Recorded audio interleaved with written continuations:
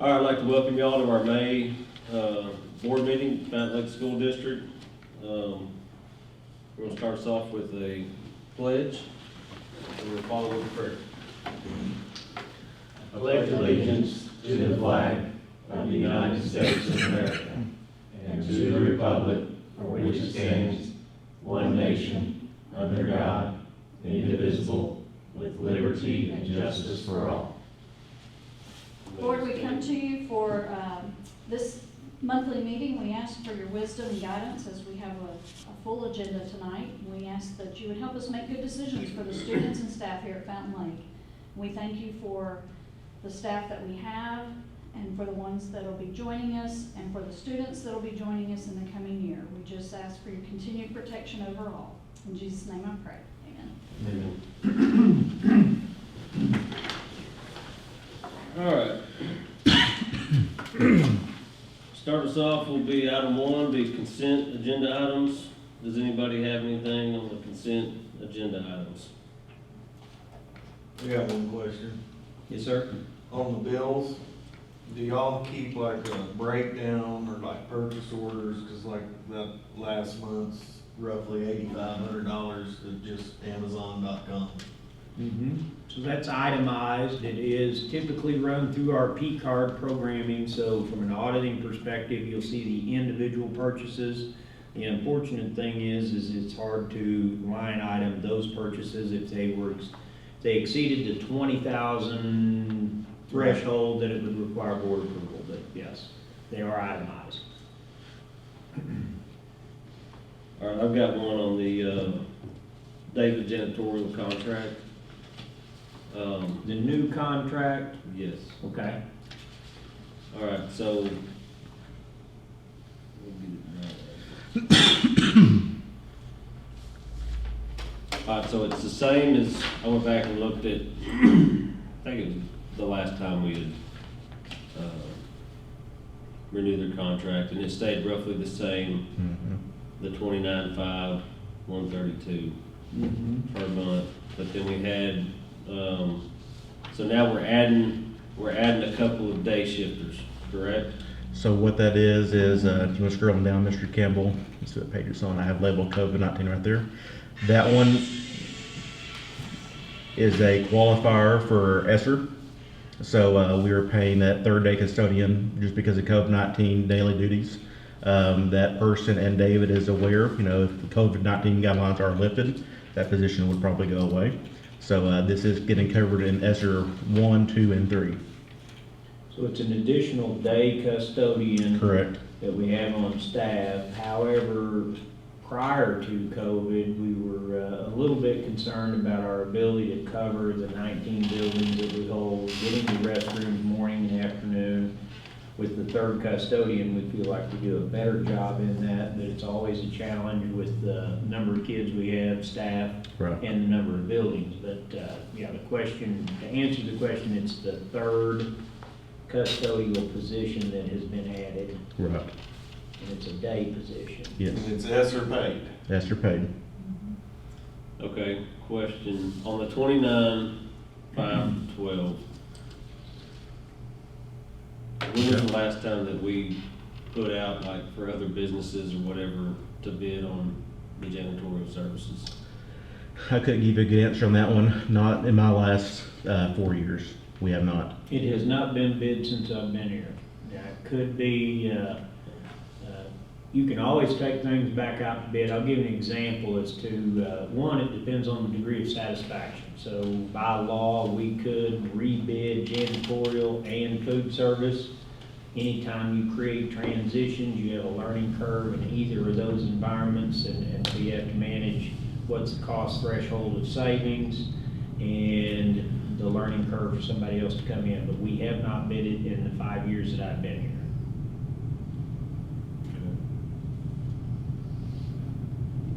And then the only other note, Mr. Campbell, was on the very last page.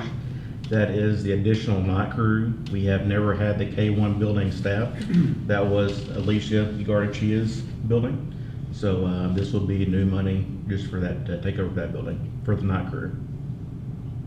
And that's the 31, or the 35 Correct. 3,800 a month. Yes. But that's not ESSER funds. Not if. That is not ESSER funds. And then the other thing that I think that you have to understand is we made a commitment very early on in the payroll process to come to the Board of Education one time to meet that new minimum wage law requirement. This crawling of the contracted service is he is not extending any new wages until the new minimum, state minimum kicks in, and so it's been coming up 50 cents or whatever that increment was, but we came to the board on and set all of our salaries last year to be fully in compliance, so I would say after this year, they'll be meeting the minimum wage. Right, so you see right now this contract from August 1st to December 31st, so December board meeting, we'll have another contract we'll have to approve. And it or will talk go up about slightly because all their wage minimum rates will wage. increase. Right. At that time, do you think we should bid it out and see what else we got out there? I Because don't- right now, it's like 43,000 a month, 43,000 a month? if you go to the bills for David's janitorials. Yeah. I mean, I just, If you want it bid, what I would recommend that we do is not bid it mid-year. Yeah. If you're serious about taking a look at it, then you would want to bid that in, say, February with a July 1 renewal date. That way you don't have a mid-year transition. You begin either the same cycle with the new guy, whoever that may be, or you could keep the same person you're currently working with in the contract service. But I'd highly recommend at this point in time, if you're interested in that, is there a genuine concern with the quality of cleaning, or is it more of a price concern? You have issues with cleaning? Is that what? No, I don't have any Not issues. really, you just No, want to I make sure you don't- get the best dollar. I mean, you'd have to ask the teachers and the staff about that. Right. I mean, I'm not in there enough, but Right. I just, I mean, $43,000 is a lot of money, and I just, Mhm. if it's out there, I mean, the only other question I had was, they pay for all the cleaning supplies, right? Yeah, so we're looking at an expense that covers the supplies, the soaps, the equipment. We pay for the soaps. That's what it says in here.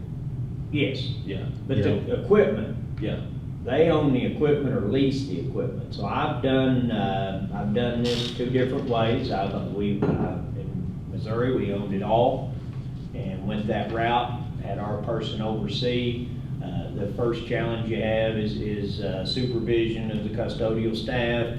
Roughly in this, you're looking at how many people, we'd have to look at the number. Right. I mean, Timmy supervises the entire crew. I think we have day 11 and night. 11 that night that come in. One thing I'll add too, you mentioned that number. I pulled those numbers about 2 weeks ago, and we were roughly averaging around 38 a month last school year, the prior years. But just because of COVID, we're spending so much money on hand sanitizer. That's running through David too.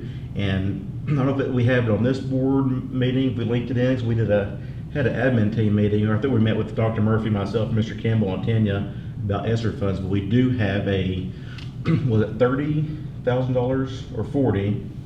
I'll have to go back and look and see. We may talk over it tonight, but that fund will be get transferred back into us as well, part of the ESSER.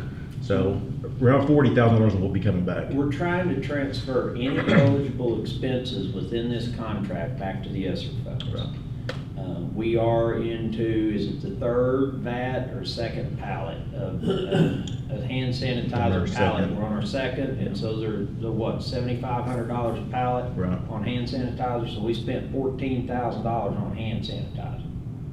That is a number that gets run back through this process and distributed. The other thing is the lemon cube. Right, we're in every class period between class changes, we're still doing our lemon Q spraying, nightly spraying. Our fogging's a high expense too. Yes. Because even though the mask, the only thing that has changed, we're still doing all of our protocols. It's just the only thing that's changed is the mask mandate. It's optional now.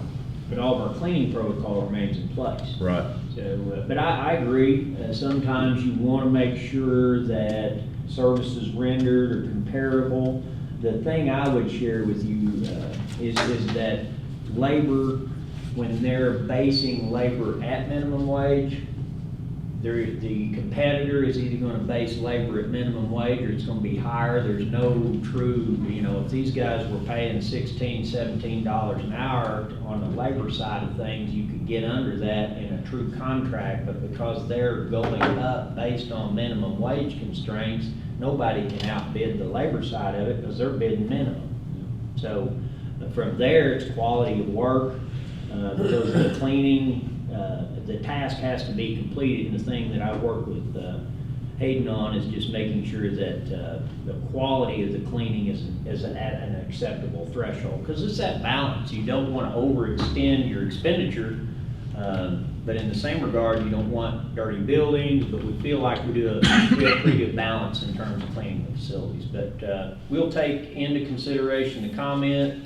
With this, we'll rebid and reset based on the new minimum wage threshold, and then maybe next February, we'll have David and any other competitors. I know Jesseville's changed a couple of times over the years. Since I've been here, they've had a couple different people that they've contracted. I don't have a problem with them, That's just good business to Yeah. just Yeah, check it every once in a You while. bet. It's like you do your insurance. Right. But I would recommend that we put it in a position to where if we were gonna make a change, we did it in the summer, not during school year. yeah, no, it's I good. mean, I look at the second day shift, 42, 40, 33, gives you another day person, and they cover this building. Well, the third one is 3,400, so we're paying nearly $1,000 for them to cover this little building. Mhm. So, worth negotiating, Oh, yeah, yeah. on that kind of money on a monthly basis. Yep. But the way we would bid that is you would not bid it by building. You would bid the district services. Right. Whoever the winner would be would take on district services. The other thing comes into this thing that people don't realize is there's fees associated with cleanup after ball games, depending on the number of events you have, other related to extended services. So, it's Yeah, a business on that side of it too. Yeah. We'll definitely take a look at it and be mindful of it. Any other questions on consent, or back to you? Any more questions? All right, thumbs up. Item 2, superintendent's update. Okay, well, we've got a couple of things there that, I tried to put in kind of a year-to-date summary and kind of continue to see how we are running. You can see the fund balances as it relates to beginning end. We're roughly at 5.8 million among funds 1 through 8. Seem to be trending fairly well. If you go to the second area, the revenue versus expense, your expenses are now approaching, we're at 73% of the overall operating expenses as we're closing out. So, working with Tanya, I feel like that we're running within reason. Our biggest challenge right now is the utilization of ESSER Funds 1 and potentially ESSER Funds 2, restructuring any coding that we can to recover any cost and apply those to the federal funding versus local effort. So it is a challenge, to say the least, this year and will be next year when it comes to the element of coding. Mr. Campbell and I have worked with Tanya extensively, Hayden involved, and that kind of takes us to the next item there over is a spreadsheet of kind of the direction that we're going with ESSER funds in the budget. You have a tab at the bottom that will allow you to see the ESSER 1 expenditure, which we've spent every bit of it and then some. So we've got like less than 15,000 or so that we were over, that we would go back to local effort, or if we can, apply that to ESSER 2. So we're trying to use those restricted funds to the best of our abilities, but you can see how those have been expended, how we budgeted, and then of course how we actually have the actuals there as far as actual expenditures.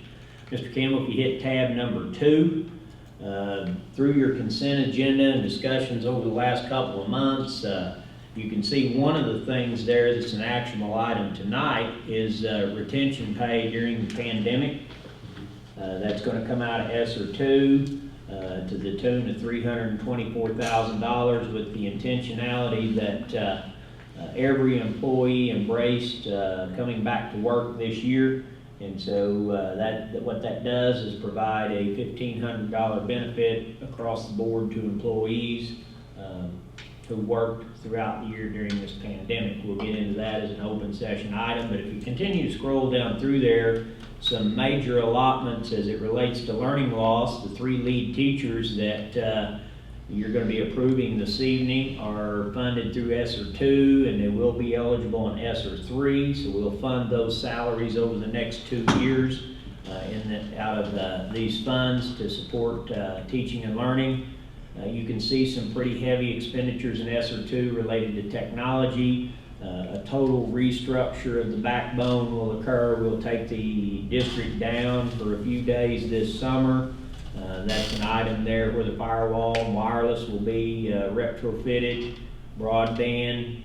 Other big items that you can kind of see there, probably I would say the computers 50. being another. What would you want to highlight, Hayden? I was just gonna mention that, on line item number 36 going across, it was $50,000 that we're gonna transfer back. So kind of back on the David subject, some of these bills that we are getting coded through him because he's bonding for us, but we are backfilling that through ESSER. So we have about $50,000 that we're gonna take to try to pay back a portion of this increased monthly expenditure. Right. And we'll use these ESSER 2 funds as a component of the budget. So anywhere where the challenge is, if we have eligible expenses, we want to use ESSER 2 first. We want to use ESSER 1. The other thing that Dana and I have been discussing and talked to Mr. Campbell about is there are creative ways that we can continue to support families when it comes to educational need. What do the parents need moving forward? Are our kids, for those kids that are struggling learners still yet, is there something we're not thinking about that we could look at the application of this? Because the eligibility also includes additional extended services there. So when we begin to look deeper into ESSER 3, Mr. Campbell and I have been discussing, because if you go to ESSER 3, I described these as 3 different buckets of money. So you were at 180-some thousand, you were at 1.3 million in the allocation of ESSER 2. When you go to ESSER 3, you can see that that allocation is 3,074,000. So ESSER 3 has double the revenue that ESSER 2 has. And ESSER 1 was just some money to kind of get us off the ground when school closed last year and shut down a year ago. And then we began our summer planning, and then what it basically did, and it was designed to pay for some of that original masks, the things that we needed that we just knew we didn't have plans for. So that's an overview of the 3 funds. It will be a work in progress. You're not approving anything this evening. ESSER 3 is not a qualifying event. ESSER 2 can come out of either fiscal year, but ESSER 3 is not on the table at this point. Can you explain to the community, if they're watching, the ESSER funds, how those work? So in a general sense, how the funds work. Where the money's coming from? It's coming directly from the federal government. It is exclusionary to any other fund resource. I think the thing that I would tell you as a board member is they have to figure out how to divvy it up. And so any federal money that we receive, they go and they look at our free and reduced lunch rate. The community at large would view the free and reduced lunch rate as a way to receive a free meal. What I see our greatest challenge to be is we have fed every student free this year. We will feed every student free next year. There's really no incentive for someone to consider filling out a form. So in theory, what could happen if no one fills the forms out, you'll get a reduction in your overall free and reduced lunch rate, which in turn, future allocations of this type of funding, we're at 50% free and reduced lunch rate currently to look at $3 million.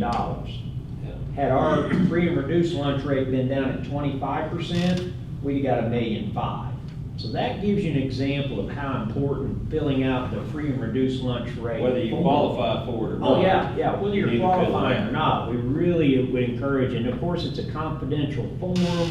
It's not shared in any element, and it's not a back-to-work jobs form or anything. It is a form that allows the federal government to distribute Title I funds, which is federal money, and it also allows you to distribute this ESSER funding. So it's it's a statistical piece of data. The Hot Springs district exceeding 80% plus free and reduced lunch.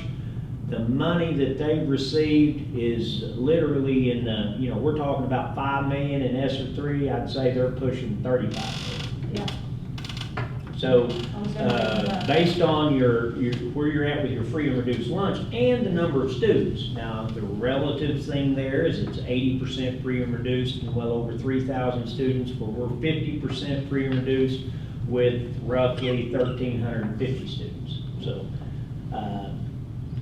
it's a federal allocation that we do want to utilize locally because these funds have been allocated across the nation, and we're either going to expend these funds or lose them.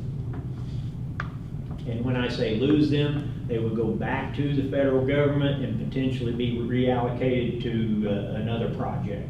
So they're allocated to education on a national level, and so it is intended to provide opportunities for learning loss and to supplement the challenges that public schools have taken on during the pandemic.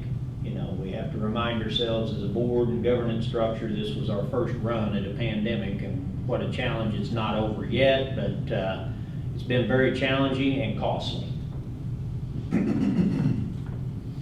Did that help a little bit? Yeah, Thank you. Okay, yeah, I just wanted I agree. everyone to know what the ESSER funds, if there's the first time they're tuning in. Sure. So those are the 3 items I have there. I've got, I think, a pretty valuable piece of information that I did add to the agenda. Tanny got it ready for me today. I'm going to be using it in focus group communications, but what this is, Mr. Campbell, if you present that and take it, hit your back arrow, please. Back, just your arrow. Just the other way. There you go. So what you're looking at first is you're looking at a timeline across the bottom from 2000 to 2020. In the context of that, you can then look up to a base level millage rate of 30 mills and a top level millage rate of 38 mills. This does not compare to any other school. This is Fountain Lake compared to Fountain Lake since 2000 to 2020. And so what you see there is a reduced millage rate that probably was between 30 and 32 mills, so in the 31 mill range. Then in 2003, it accelerated to almost 38 mills. And then it was challenged. At the point that it was challenged, the collection rate on the millage rate got closer to 30 than 31 mills. And it did that for 2 years.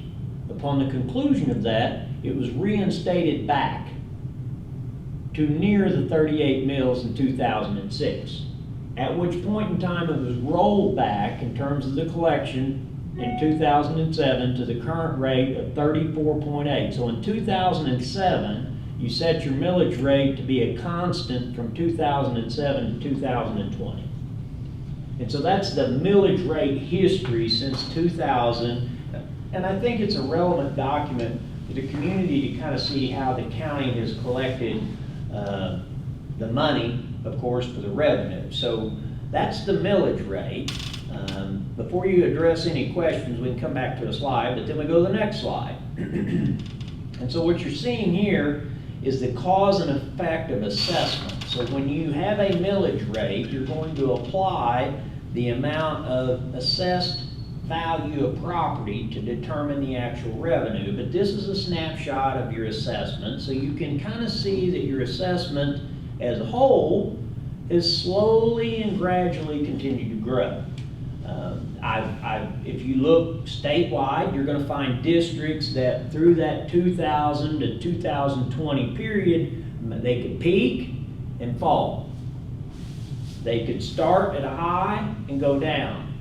Many of them are flat to slightly increasing. Fountain Lake is slightly increasing. So, you know, you went from roughly, in a 20-year period, you could say that your assessment is doubled in the context of that. So we go to the next slide.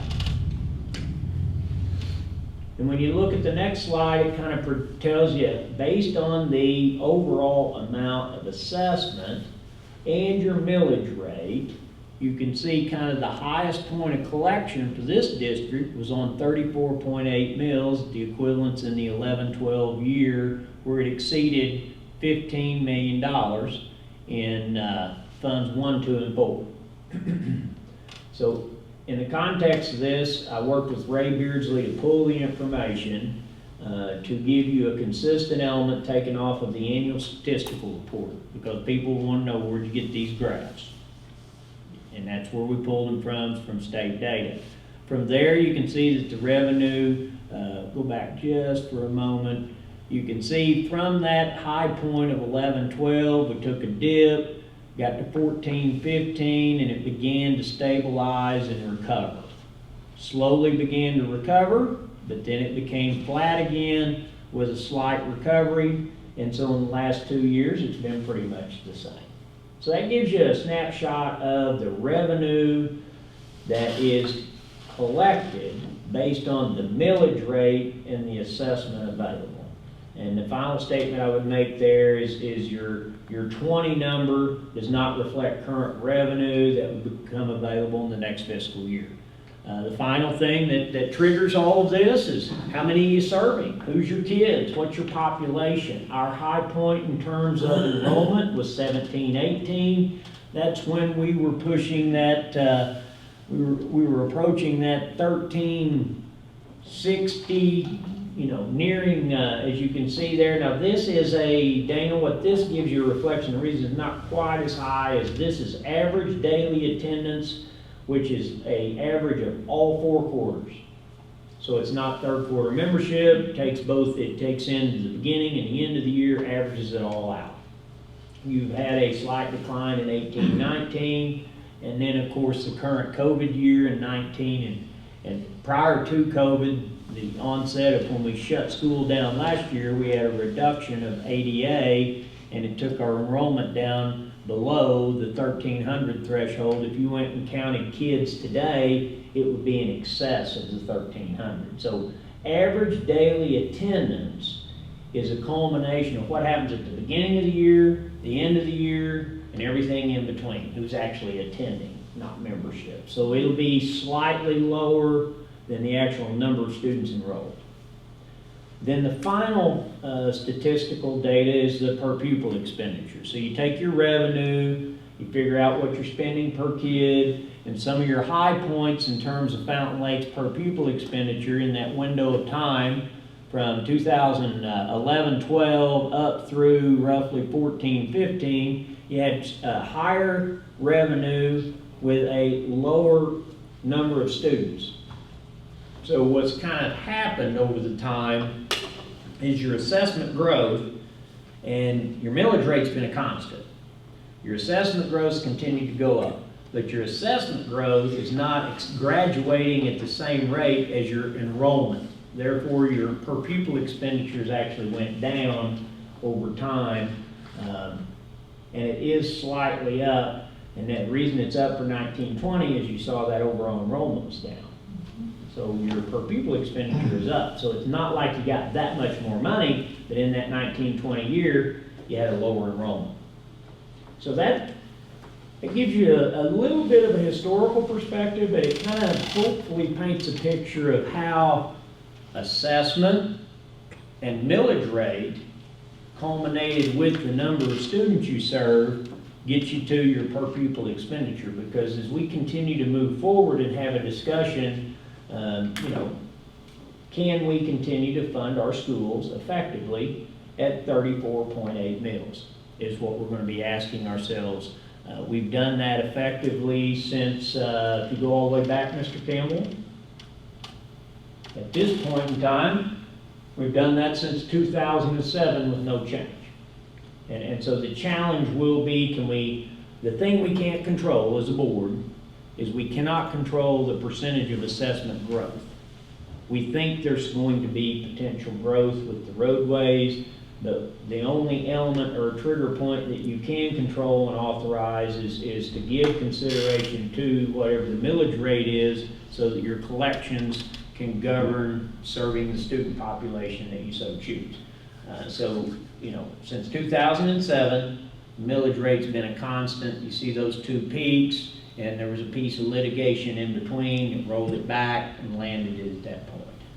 So, try to entertain a question. I know we got a pretty heavy agenda, but I just wanted, you can go back and kind of review that at your own discretion. But if there's a point you'd like to make in a public meeting, I would entertain any questions at this time.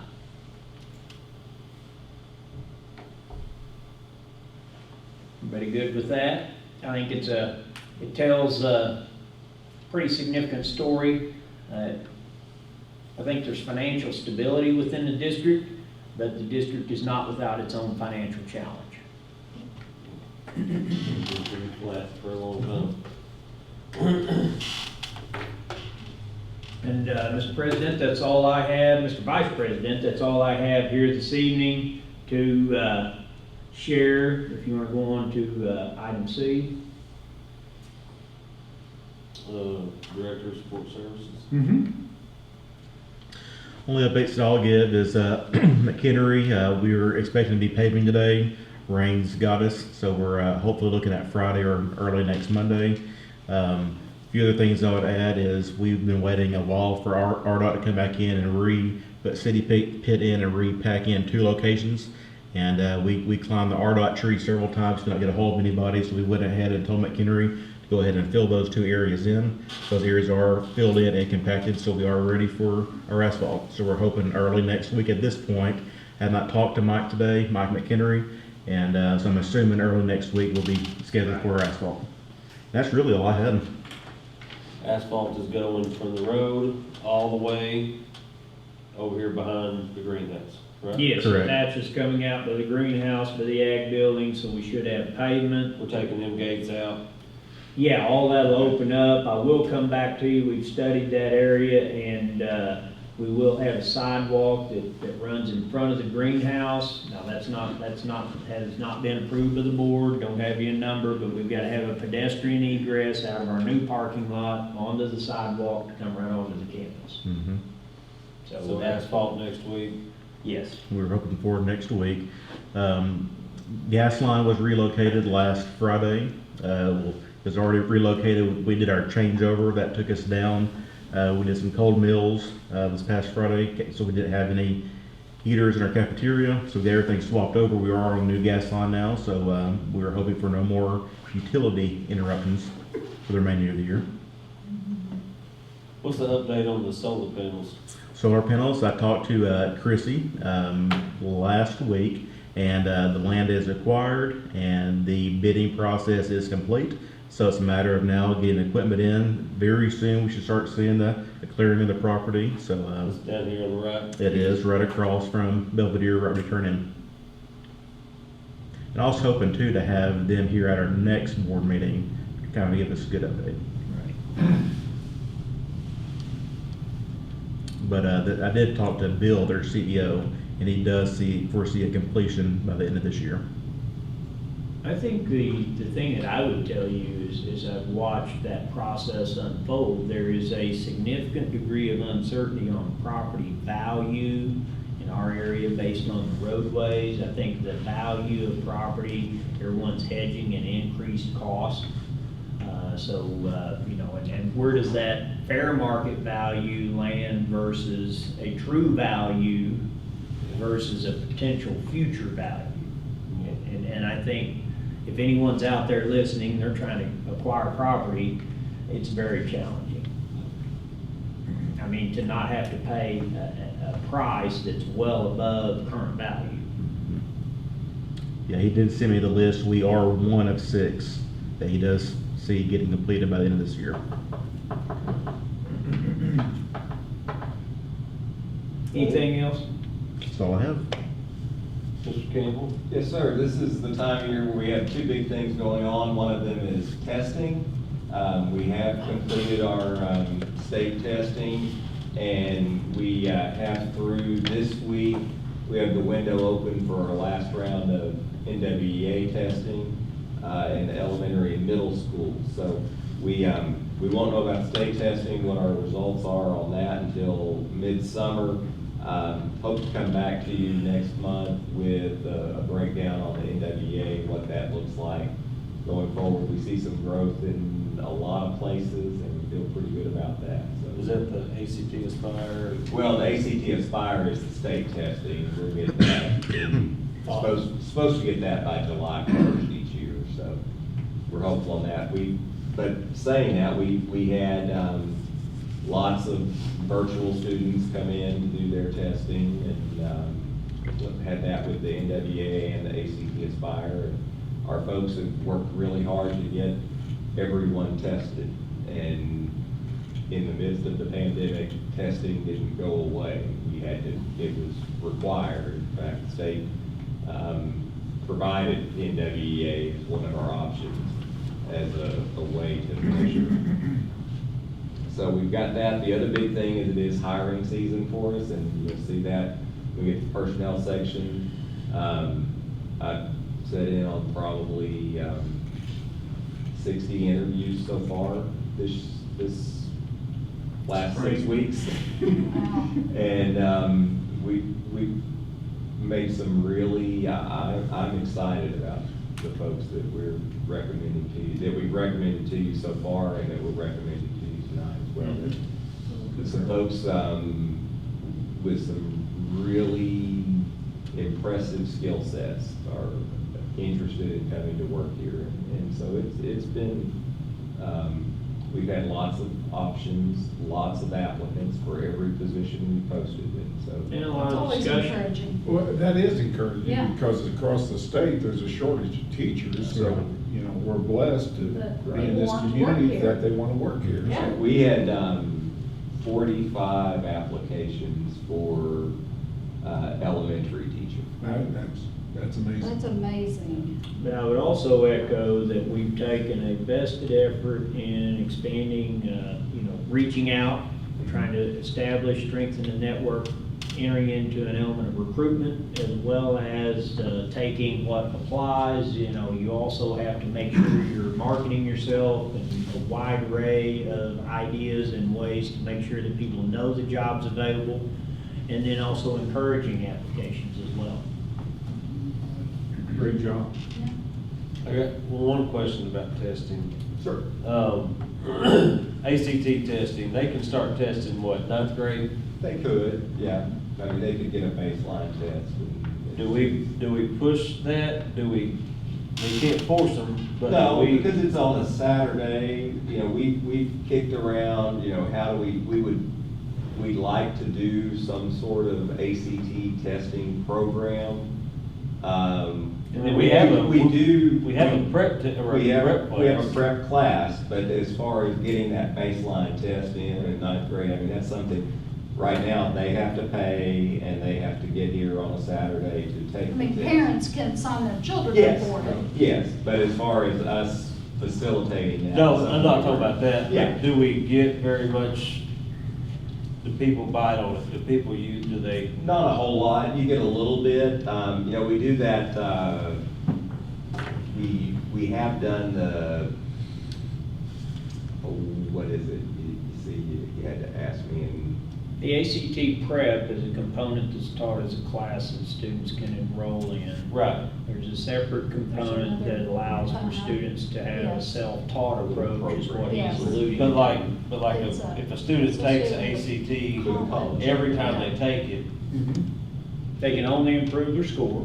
That would be something I Right. tell anyone in the audience. The That's other what I'm thing getting that at. you have to understand and embrace there is Mr. Campbell's trying to still grab the name of that software that he's thinking of. no, it's a college that Uh-huh. that kids. John Brown. No, No, it's not Princeton, but it's Okay. a college that is associated with kids taking the ACT test. Well, here's what we're here's what we were looking at doing pre-COVID. So let me address your first question, and I'll give you some strategies we're looking to further consider.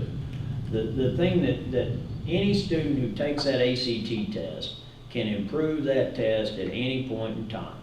But that student also has to be understanding and well received to the fact that if they take that test as a freshman, it is very intimidating to some students. Oh, yeah. And so if those students don't have a parent support component, or they don't have somebody paying attention, they could really get a taste of it. Some people react differently to not, when a test comes at them in that manner. So I don't mind individual students taking that test early. I saw my children took it early in that context.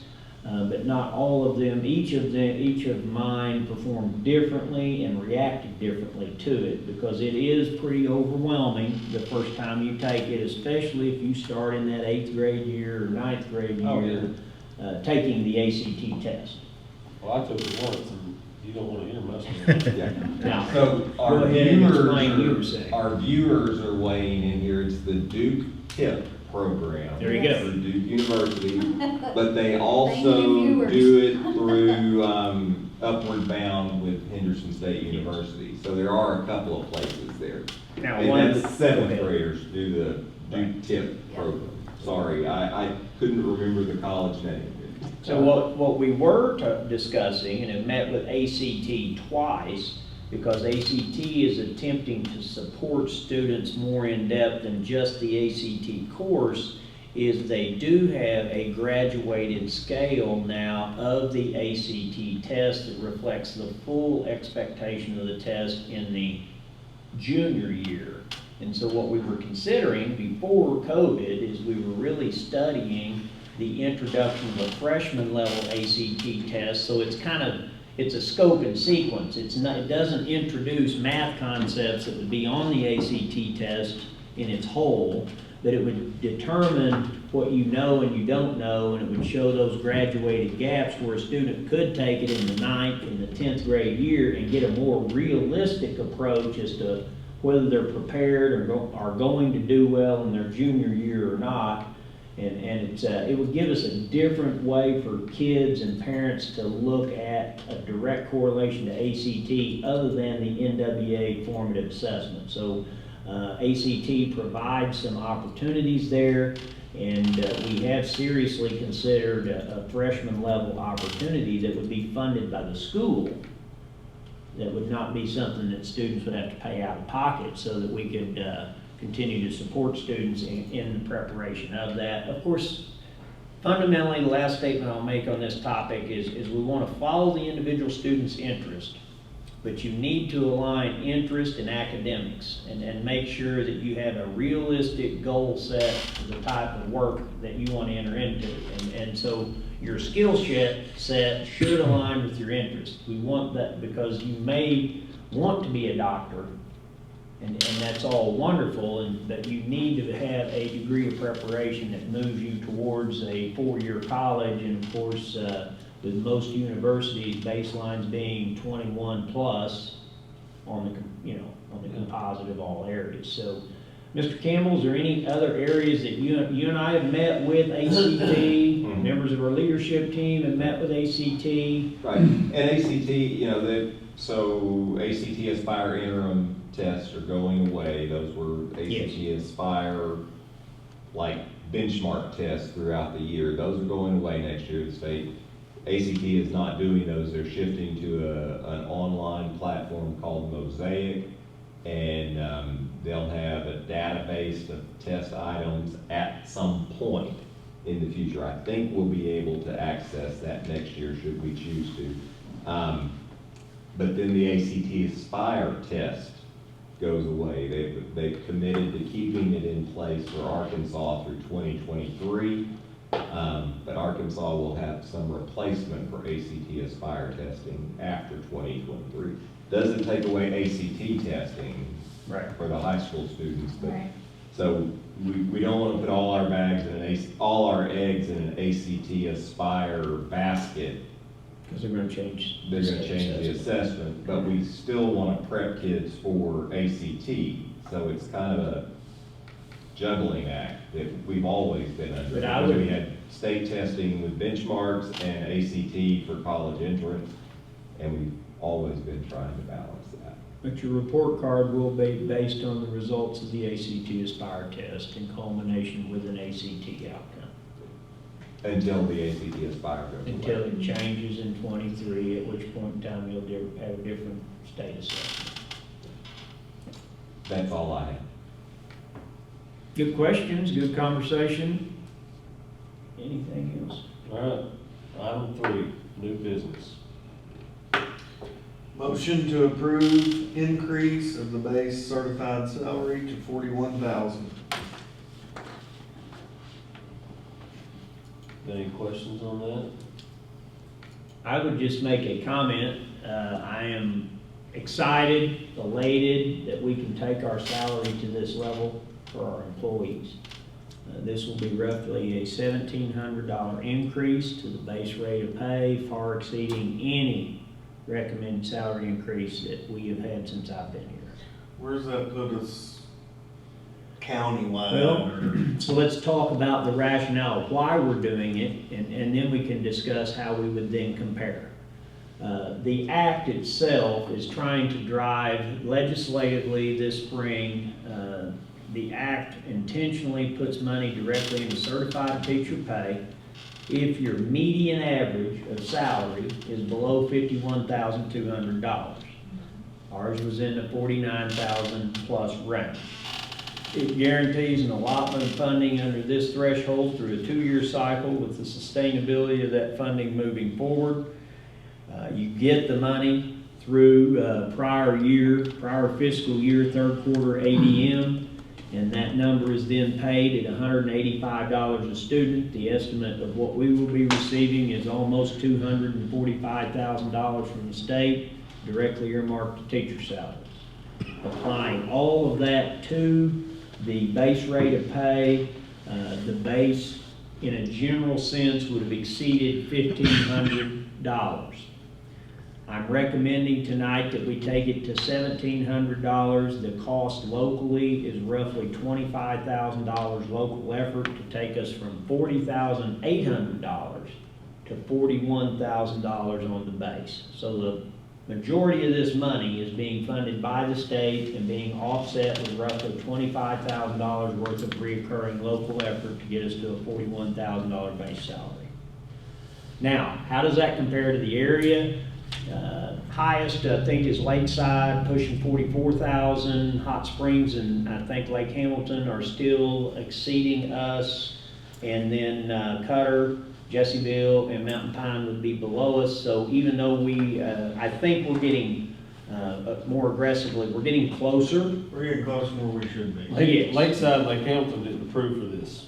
They didn't get approved for this, right? No, because their median Right. salary was already Yeah. Above. at or above that. Now, the other thing that I would share with you as board members, as you talk to other board members in the area, a median salary threshold is the placement of every employee in the schedule.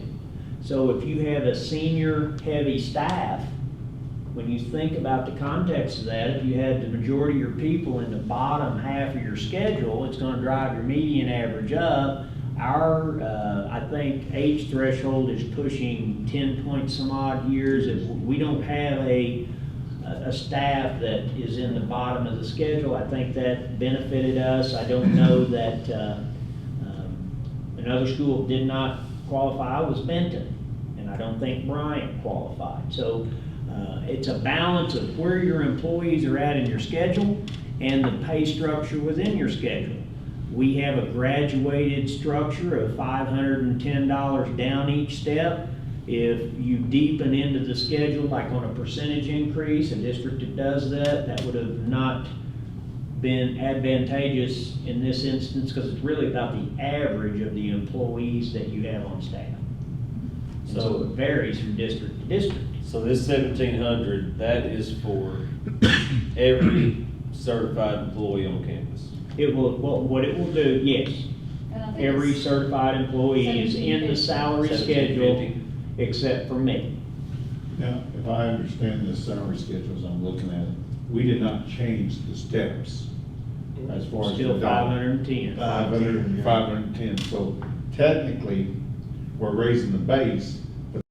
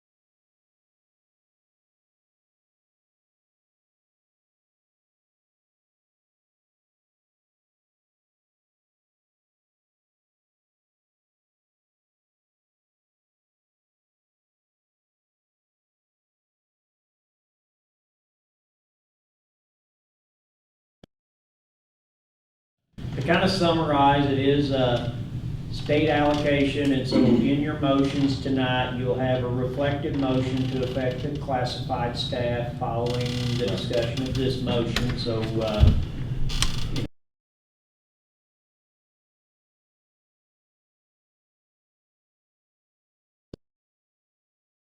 anyone listening for the first time, we're typically exempt from state funding dollars based on our per pupil expenditure and the overall assessment. So this is some additional money we're receiving from the state in a reoccurring fashion that we can apply towards salaries. So I'm very excited about it. Except for you. Superintendent does not fall on the salary Including- schedule. Yes, yes. He is not on the And I'll, salary Mr. George, I'll give you a month to reflect on that. schedule. Only 1 month. it didn't take And I might that, be back to you next month. Dr. Murphy, it didn't take him that long to reflect on it. All right. Any more questions on that? All right, so motion to approve increase of a base certified salary to 41,000. All in favor say aye. Aye. None opposed? 4-0. 4 Motion to change master to specialist lane increase and specialist to doctorate lane increase to $4,125 per lane. What we're alluding to here, we had the conversation as it relates to the 510, having a consistent same number moving down.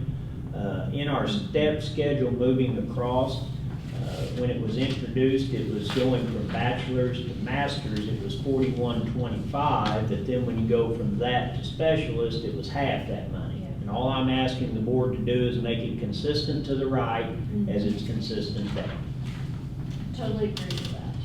And it would be increasing it, when you're approving this, it's roughly a $2,000 increase to that lane, because it's currently in the $2,000 step movement to the right.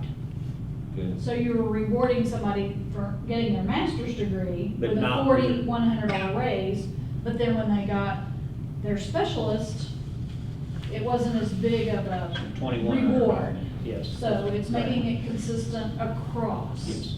Well, that makes sense, not 4120, it's moving it to that amount. We're Yes, bumping you're not bumping in an additional, you're just being consistent, so when you look at your schedule, as it goes down, it's consistent every lane, when it goes across, it's consistent. So it's more like a $2,000 Yes. bump. Mhm. Yeah. It brings it to Right. 4125. Okay. And plus the 1750, right? So anytime you move the base rate of pay, Everybody goes. it Everybody. flows in every lane, yes. And then those who have a specialist or a doctorate will see A a 2,000. 2,000 in addition to that. Yeah. Right. Yes. Now, there was in the, on the agenda, there was a link to the 21-22 certified salary schedule, but Couldn't get to it? well, I got to it, but it shows the 1750 going down, but it does not reflect that 4125 on the new side. Because we had not, I didn't know how the board would react to it, so I did not put it in. Okay, I only put in, I anticipated that the board would have no trouble with $1,700 on the base because that's the current schedule. right. This is a modification to the salary schedule that I wanted to discuss, have the board authorize it, and then move it. Do you It is put on in there. there, or it is not? No, No? going think from it is. masters. No, it's not there. It's not. Between the masters and Because it- Oh, the specialists. doctors would not. So what Yeah. you I got can, I if see you what look got right those there on. between bachelors and masters, You see. you can see the difference of the 4,100. When you go from masters to specialist, you can see the 2,000 some odd change. And so what we're trying to do is get each lane to the right to be equal. I got you. So you're gonna go from bachelors to masters with the 25. 4125, then you'll go from masters to specialist with the 4125. Mhm. You'll go from specialist to doctorate, it's 4125. So Tanya would just go back in through authorization and make those cells to the right equal increases in the same manner we're going down $510. Mhm. Gotcha. Any more questions on that? All right, motion to change master to specialist lane increase and specialist to doctorate lane increase to 4125 per lane. All in favor say aye. Aye. None opposed, 4-0. Motion to increase classified staff salary schedules by 4%. On this, I'd make a comment that you did approve salary schedules for all classified staff a year ago. We restructured all that, put all that in place. What I typically try to do in the recommendation is make an equal recommendation to employees on a percentage basis. Now, many of the employees in the classified side, of course, are not making the same amount of money, but you give a reflective percentage increase of equivalence. When you look at the percentage of increase, as we've moved the schedule, roughly 4% would put us at a point of allocation to reset all of our classified schedules, thus and making a 4% increase to classified schedules across the board. And this would authorize Tanya to reset all those schedules. Any more questions? All right, motion to increase classified staff salary schedules by 4%. All in favor say aye. Aye. None opposed, 4-0. Motion to approve adding $100 and mileage reimbursement per event to assigned away athletic event supervisor to the additional pay schedule. So what I provide here is just an overview of the rationale, and I'm probably going to share what multiple motions preceding this would indicate. We all know that we had a full-time athletic director that's retired. In the context of the retirement of the full-time athletic director, we're attempting to allow for us to restructure duties, distribute the duties that he did as a full-time athletic director, and try to identify an individual to serve as an athletic director, potentially as part of our administrative team. In that context, if we do that, there's roughly 215 events. We have a 178-day calendar, but 215 events that occur with athletics and duties associated with that. One of the ways to alleviate a burnout is you don't want one individual trying to cover that degree of events. What I've done in my work as a school superintendent to kind of protect our principals from having to be on the road at each of these events, because you and I both know that certain times of year it's a 4-night deal. It's Monday, Tuesday, and if you're a parent out there listening, you know full well what I'm talking about.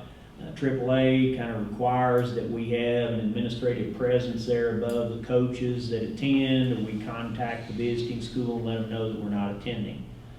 What this allocation or authorization will allow us to do is to work with head coaches that are not in season and allow for those individuals to sign up for dates that maybe they're interested in going to that game.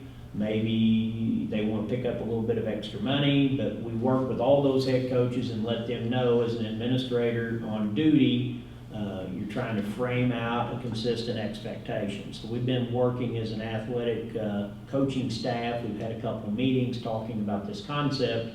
There's a concern that maybe one administrator versus another, what's the degree of consistency? That's a challenge you can take on, but it allows for multiple people to help us cover road events. I would tell you that, you know, the Jessieville rivalry or running the Cutter or some of those games, that doesn't mean that our administrators would be excluded from going to those events. We know the games that are the big rivalries, and we know where we need to be and when we need to be there, but a Tuesday night game at Mena, we may try to find coverage with someone other than a principal. That's what this authorizes us to do. Along with this, then we look at some other strategies to then also cover the duties of the athletic director. There's a small stipend in there to be covered and governed by an administrator. We're not making any recommendations tonight of who the personnel is. We're just asking for authorization to create the structure of how we would perform the duties. So open to questions at this point in time, try to give you some clarity, because I know that you have probably heard things about this, because it's going to be different. The final comment I'd make is that even at a lakeside level, an AD has other duties. So anybody that's telling you that you need a full-time athletic director that doesn't do anything else, and I commend the dedication of Coach Davis for doing this, but it is very realistic to interweave this into other related duties and not have a full-time standalone athletic director. What kind of impact to the budget do you think this would be? Oh, it's, well, I mean, 60,000, this is 15, so, you know, your 60,000 is the original expenditure that you budget. You back out 15, you're at 45,000. We are looking seriously at seeing what we can do to get POs and other related things with existing staff to take on some of those duties. We don't have. This will not have a negative effect on the budget. It won't end up costing us more money. No. It should be the structure of how it plays out. Just We the think structure that we of should where save you're some moving money. in money. Yes. Okay, that's all I need to know. When you mentioned 215 events, is that, do you expect to pay for 215 events? No. We Okay. have That's a total. roughly Okay. Out of way. 100, right. You have home and away, so it varies anywhere from 80 to 90 on the home side to 100 to 110 on the away side. It just Okay. depends on the year, whether you have cancellations or not. And then the other thing I would tell you is if tennis is in Little Rock and Coach Davis has got it covered, we may not send a supervisor to supervise tennis. So, you know, it really depends on the scale of the event, magnitude, attendance. Typically, your indoor basketball, your football, golf is a part of this. So you're not going to pay an administrator when you have a golf coach who actually goes and watches the event. So you got a golf schedule. Well, we're not going to pay for sending an administrator to golf events. So when I say that we've got, that's the number of athletic events we have. But what we would look in the formulation of coverage is if we're going to a place where we do believe, like a baseball, softball event, going to Hot Springs, we need to send an administrator. They need to be there, and when this administrator's going, we need to get them there when it opens. They need to stay till it closes. They can't, you know, because typically in that, you know, especially the end of it. So they need to stay through the event, not just come to the event and, you know, leave at halftime. This is right now just gonna kind of be, here's the dates, guys. Yeah. Y'all Here's the calendar. decide amongst yourselves who No, wants. we bring them in and we would work as a group to figure out who's going where and then sign up. And then once Brian puts his name down for September 19th, if you can't go, you have to find a replacement. So if you're uncertain whether you can take that date, don't sign up for it. So this would be among, how many administrators would? This would be among we would start with head coaches, Okay, and we'd look at any assistant coaches that would have an interest. okay. And then we would determine whether we feel like they're ready to do game supervision on the road, and we would try to place them according to experience, because some games are more difficult to supervise than others. And you don't want to put someone in a situation that they don't need to be in. When we go to Arkadelphia, we need to know who we're sending. So it would be a coach, basically. It wouldn't be a principal. And it could end up being an administrator, because it may be an event where we send a coach and an administrator, we decide to send 2 people. Okay. So That was one of my other questions, could there be more than one? Are we gonna pay both of them 100 now and? You know, I would say yes, just for consistency on the road. But in the same regard, I'm extending this specifically to the coaches. We pay an administrative stipend for supervision. That's what I was. What we're taking on as an administrative team is covering gates and home games and all those duties. In the absence of Coach Davis, what I've talked to the administrators is we're going to cover every gate box, every gate worker, and every home game as an administrative team, but we're not going to go on the road to the same degree. Does that make sense? Yep. So that's a piece of several pieces that you might see associated with this. When I say several, the only other would be, I think, is there is a AD stipend in here to an administrator. So that's a later motion. If there's no further discussion on this one, I'll turn it back over to you. I wish they were teamed up together. All right. So motion to approve adding $100 in mileage reimbursement per event to assigned away athletic event supervisor to the additional pay schedule. All in favor say aye. Aye. None opposed. Motion to approve adding 2 bass fishing club sponsors to the addendum to the licensed personnel salary schedule, adding $1,764 to existing salary. I had an error there, that should be team. What? It is team versus club. It should be team. Oh, okay. In the motion. Yes, sir, my bad, I'm sorry. Yeah, we clarified that, we just didn't get it back into the notes. So what we have, if you are aware of it, for an extended period of time, we've had employees sponsor a team that went out and took kids and they fished at least once a month from March all the way through September. At different times, the organization of this put as many as 18 to 20 boats on the water, teaming up and going out and really exposing our kids to fishing. And my fear of where we're at with the leadership within this program is kind of those individuals who led this, their kids have kind of aged out, and the same level of interest in sponsorship may not exist in the future. My intention behind this is to put a couple of stipends here to be reflective so that as a Board of Education and school, we can continue a program that I think that adds value to our community. So we'll have, I'm sure, some interest among individuals who want to do this on an annual basis.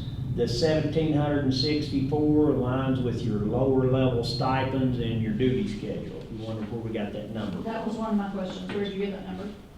So it just kind of, I felt like it fit there best on the amount of time that goes to it. It is an additional paid stipend that would fall into the realm of activities that could be taken on by any employee within the district. So my question is, how much time is actually put into this? Well, organization, Yeah. finding out who's gonna be able to participate, what dads can bring a boat, who's canceling out, who's getting in. So there's gonna be communication on a continuum, there's gonna be communication on the front end of it.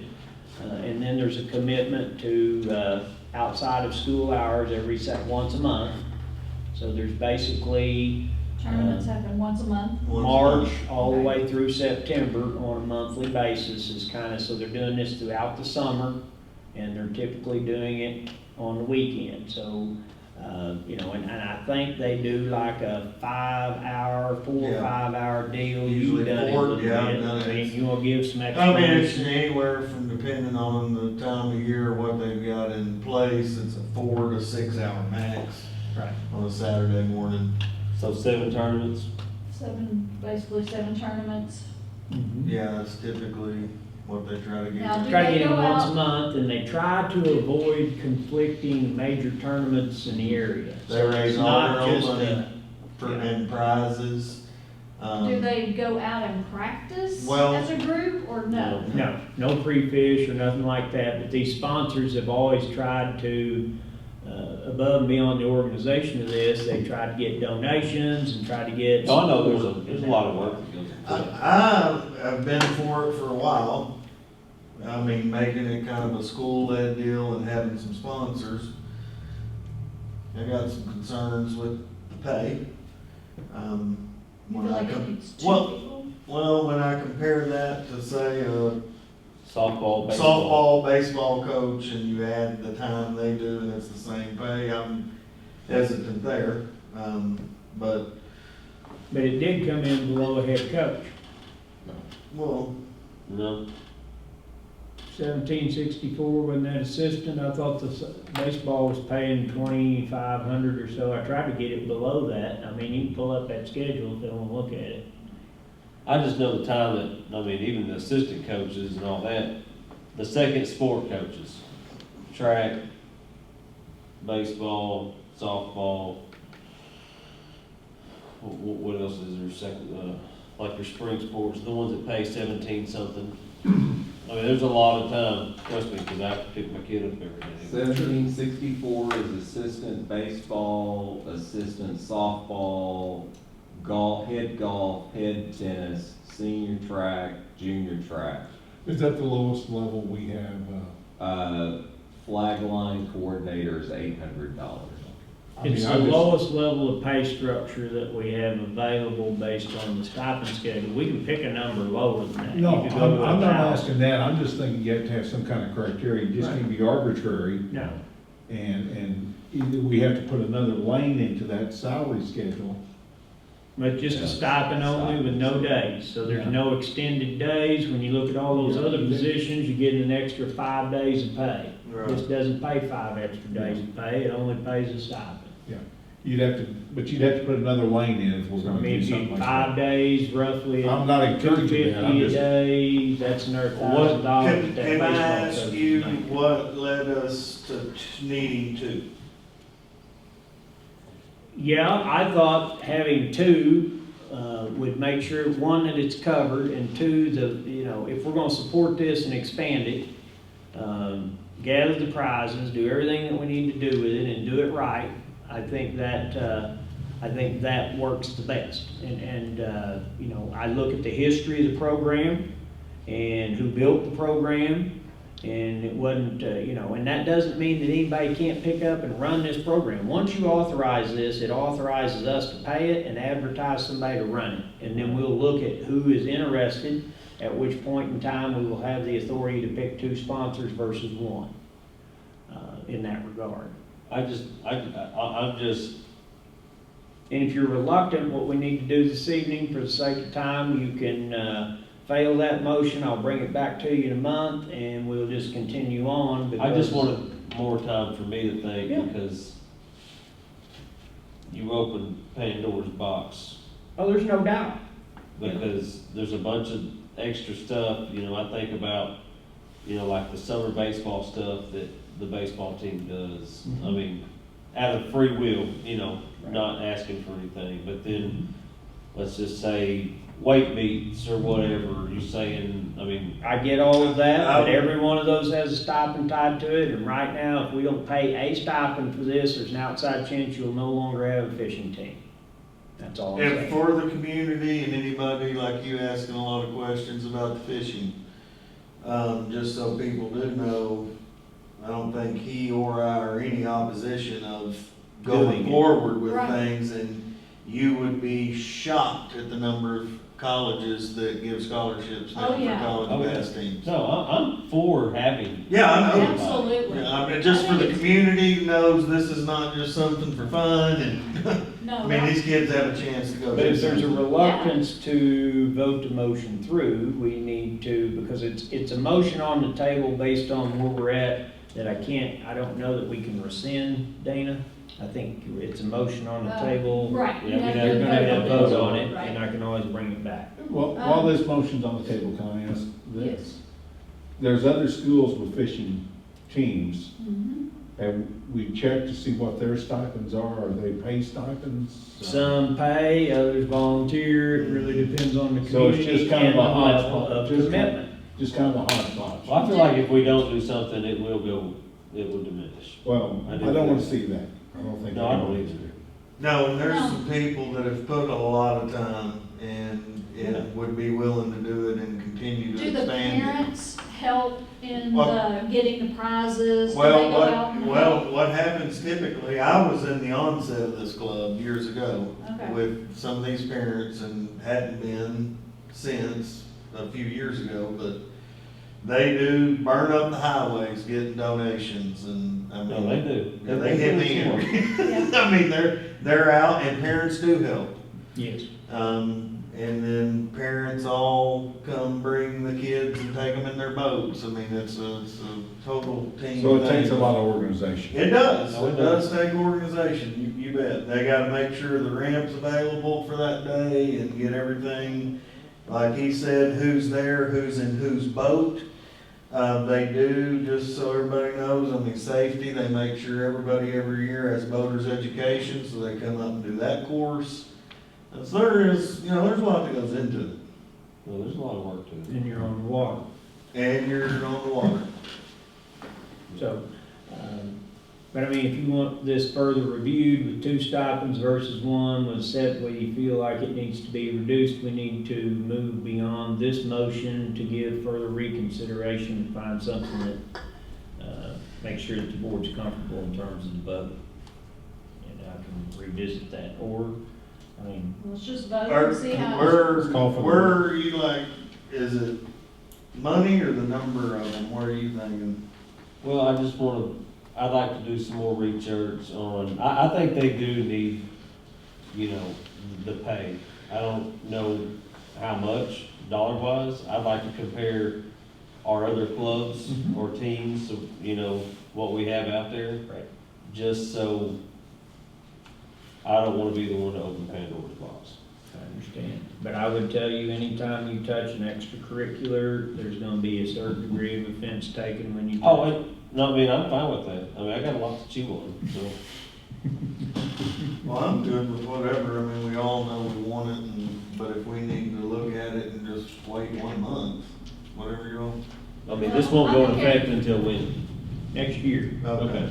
So it's not like it's a time. I would need to have direction to place in the contract, because we're setting contracts for the upcoming year in the next 3 weeks, and we can modify the contracts of 2 individuals that receive a stipend. It's not a make or break, but it could not be done after July 1. Well, then we got done. Yeah, you got a Yeah. month. Okay. Well, let's just call Just for a vote. vote, and Vote on y'all it. just vote how. Vote the way you feel. Yeah, that's So fine. read the motion, we'll go with it. All right, motion to approve adding 2 bass fishing team sponsors to the addendum to the licensed personnel salary schedule, adding $17.64 to existing salary. All in favor say aye. Aye. All opposed, aye. Aye. 2-2. All right. Next motion.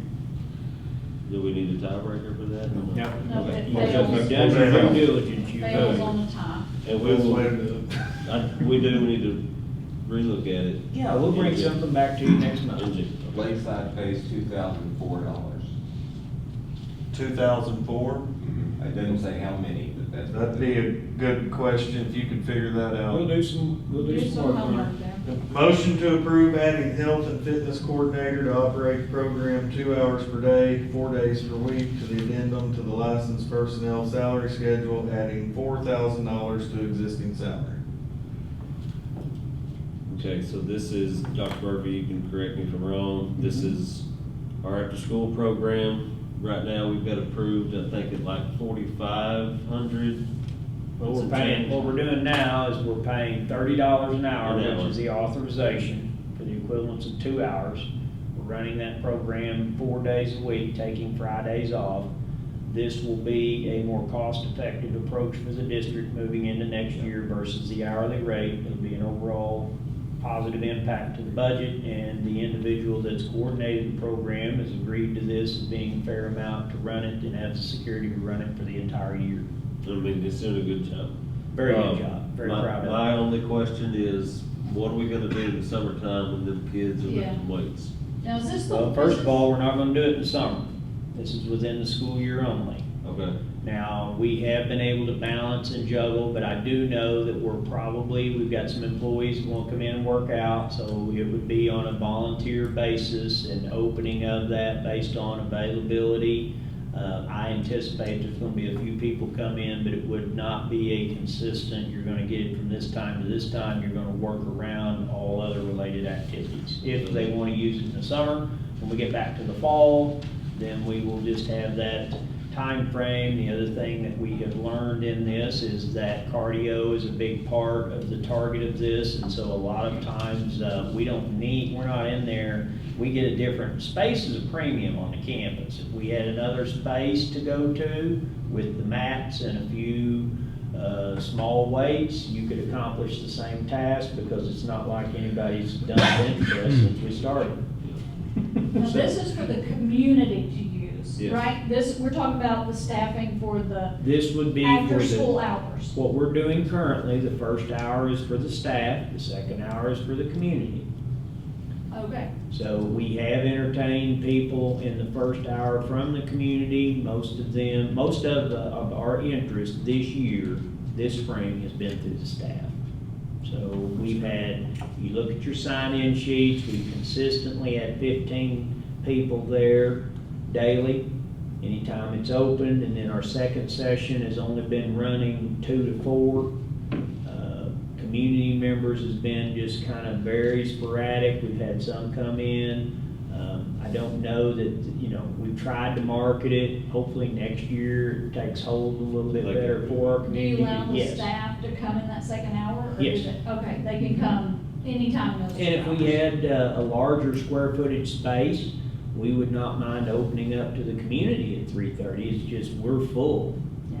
When you put 18 people in there on mats and start moving around, it's a very restricted space. We are contemplating some other space locations.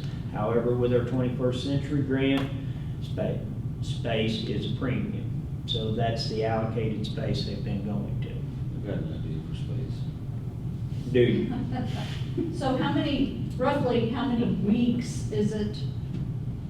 I mean, so it's open the school year, 9 months and 36. 36 weeks, but you'll have a few Roughly Monday, 30. Fridays, Yeah. but we are targeting the Monday through Thursday window Right. and not doing a Friday Yes. evening. So that seems to have worked well. So the only days that would be advantageous to the sponsor, where we're not currently paying is like if we had a Monday off or something in the school year, otherwise we're gonna be open. Okay. Yep, no, I like it. Any more questions? All right, motion to approve adding health and fitness coordinator to operate the program 2 hours per day, 4 days per week, to the addendum to the licensed personnel salary schedule, adding $4,000 to existing salary. All in favor say aye. Aye. None opposed, motion passes 4-0. Motion to approve adding driver's education teacher to the extended contract schedule of 220 days. So what we're alluding to here is, I've had discussions since I've been here with varied community members and employees, and the question always resonated, why was driver's ed taken out of school? What we're intentionally doing here is we built in a minimum of 3 sections of availability during the instructional day for next year. Because it's not a singleton, but it's going to be constrained on when kids can take it. We want to offer this program in the summer month as well. because some students, if they're going to national park, or if their schedule doesn't fit, they may not have the availability to take it during the school year. By doing this, this guarantees the community that we would have a driver's education program available for kids up to 30 days outside of the regular school year. A teacher is on a 190-day contract. A 220-day contract allows for an additional 30 days directly towards this instruction, the equivalent of 6.5 hours a day. Driver's ed is a little bit challenging in the context you got to have class time and drive time to certify. So you need an extended contract along with your instructional contract within the year to get kids the amount of time they need to get completed with the course. There's benefits gained in many areas. The biggest thing I see right now is the challenge with texting and driving, and the context of, I don't know if any of you have ever had that type of class, but some of the videos that you get to watch jar you pretty deep in terms of accidents associated with distracted driving. And so the intention behind this would be to educate the youth of our community, certify in this context, and by doing this, authorization would allow us to employ an individual to fulfill that contract outside of the regular school year. How many students can be in one, like you said, 3 classes a day would be allotted to driver's ed. How many students per class? So we have 2 employees that are currently certified, Chris Mungle as well as TC Shamel. I don't know if Mr. Bax has looked at any others that may have came forward, but those 2, we could accommodate their instructional schedule to make this happen, so that one could be doing classwork and another could be driving, and then they flip so that they get the appropriate drive time. Currently, the same thing would apply as far as the number of students in the summer. If you back that off to one person, they're going to accomplish about half of what you can do within the school year, but you'll be able to pick up some kids that you missed within the school year. And we'll have to, as I would say, modify and adjust. This is an exposure to this concept. We'll see what the level of student interest is. I think we can cover it with the current strategy. Mr. Campbell and I have discussed this without overextending it. I've seen situations where you have to have 2 people during the summer, not 1, to get all the kids that you need in the programming, but I want to start with 1 at this point in time, see what the demand is. This program would not integrate into the summer until the next school year. Okay, So what you're authorizing is for 21-22. So, did I hear you say correctly that during the school year you would have 2 doing this? So there would be 2 people filling this driver's No. education? Only, there's 2 separate things going on. Everybody under a 190-day contract within the instructional day is assigned to teach something Oh, okay. based on certification. So when you hire them under a contract, we have the latitude to assign them to any duty as a teacher Okay. within the 190 days. What Gotcha. you're voting on is the authorization to extend driver's education outside of the regular school year into the summer. One Summer person, class. one One person person. out of them 2 would do summer. Okay. 2 during the year, 1 during the summer at this point in time. And did I miss you saying how many students we could accommodate? It would be too much of a guess for me to say until we actually get a program developed. Because I know you could only put 12, like I've done as many as Car. 12 to 15. Some multiple of 3. Right, Yes, because you can put 3 of them in a car. Correct. Basically 3 of them in that's the car. typically a 4-hour, But we have- 3-hour rotation. We have 45-minute blocks, Mm-hmm. so their class time's gonna be 45 minutes long, so how much driving time are they gonna get? So is it gonna be, you get a week to drive, then I get a week to drive, and he gets a week to drive, and you get your week again, or is it gonna be every 3 days? Right. They just have to establish that rotation, and they'll give us a max. Right. And that's one of the reasons that, the only thing I could say that potentially would be a challenge is most of the models I've seen has been 2 full-time teachers. And Now, one that's a stays in slightly the bigger classroom. school, yes. And one that's a goes out with But the that's a drivers. little bit bigger school than Fountain Lake. Right. So we're in that position where I still think that kind of this strategy should meet our needs because we have roughly 105 kids in a class. So in the summer, if you've got 25 kids, We'll have to cap it. So we just, not everybody's gonna get to take this. I What's mean, our whoever cap? signs up first, it'll cap out because whoever gets in, we want them to complete the programming. Now, if we start down the course and Corey doesn't show up for 2 days, somebody will be on the call list and they're there on the 3rd day and you're not coming back. 'cause so you didn't show up what's our first. cap gonna be for that one person in the summer? I can't tell you that until we design it. What I can tell you is the objective will be to certify as many students as the hours permit. That's all you'll get to do is certify so many kids. Because you're gonna have drive time and class time. Typically, this would be a semester class. I think it can be. Yeah, it'll be, I mean, to probably- accommodate Yeah. our students, I think Yes. we'd almost have to be a semester Oh, yeah. class. At And then least. we have to offset it with PE or something for the other half of the semester. Would this culminate with, let's see, do they have to take a test? What do they get after? It's called a driver's Is they get license. the That's learner's what, permit? that's what culminates They in just get a driver's license. certificate of driver's Yeah, education. from certificate this. of driver's Yeah. education is what you get, but there's a framework of expectation. It's a governed amount of hours and coursework.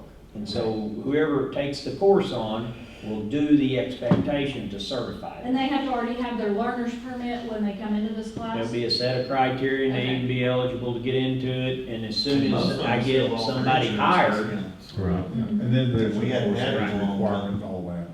because it's not been going on, Dana, we don't have anything to take it back to what it looked like.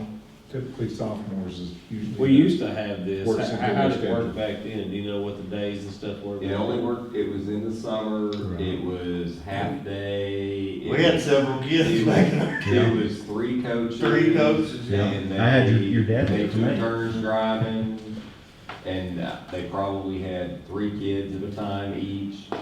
And they did 2 days of class time, 1 day of car time, and did that for whatever the length of time was to get What it if you, covered. what if you approve this position, but you don't, what if kids don't take advantage of it? Then you just have somebody sitting Then around? we would come back 1 year and non-renew the contract for the summer driving because there's no demand. I mean, I'm not sure that would happen, but I'm just saying. That's the only way, at any point in time in the future, you can non-renew this contract. What, if- It'd go on a 1-year basis moving forward, but as long as you have a demand, you're gonna have, if you have a need and demand, you would want to provide the service. My communication in the community, there's gonna be a demand. Yeah. I think it's a wonderful. It's gonna be, But I what couldn't if be you need- happier. what if you need 2 or 3?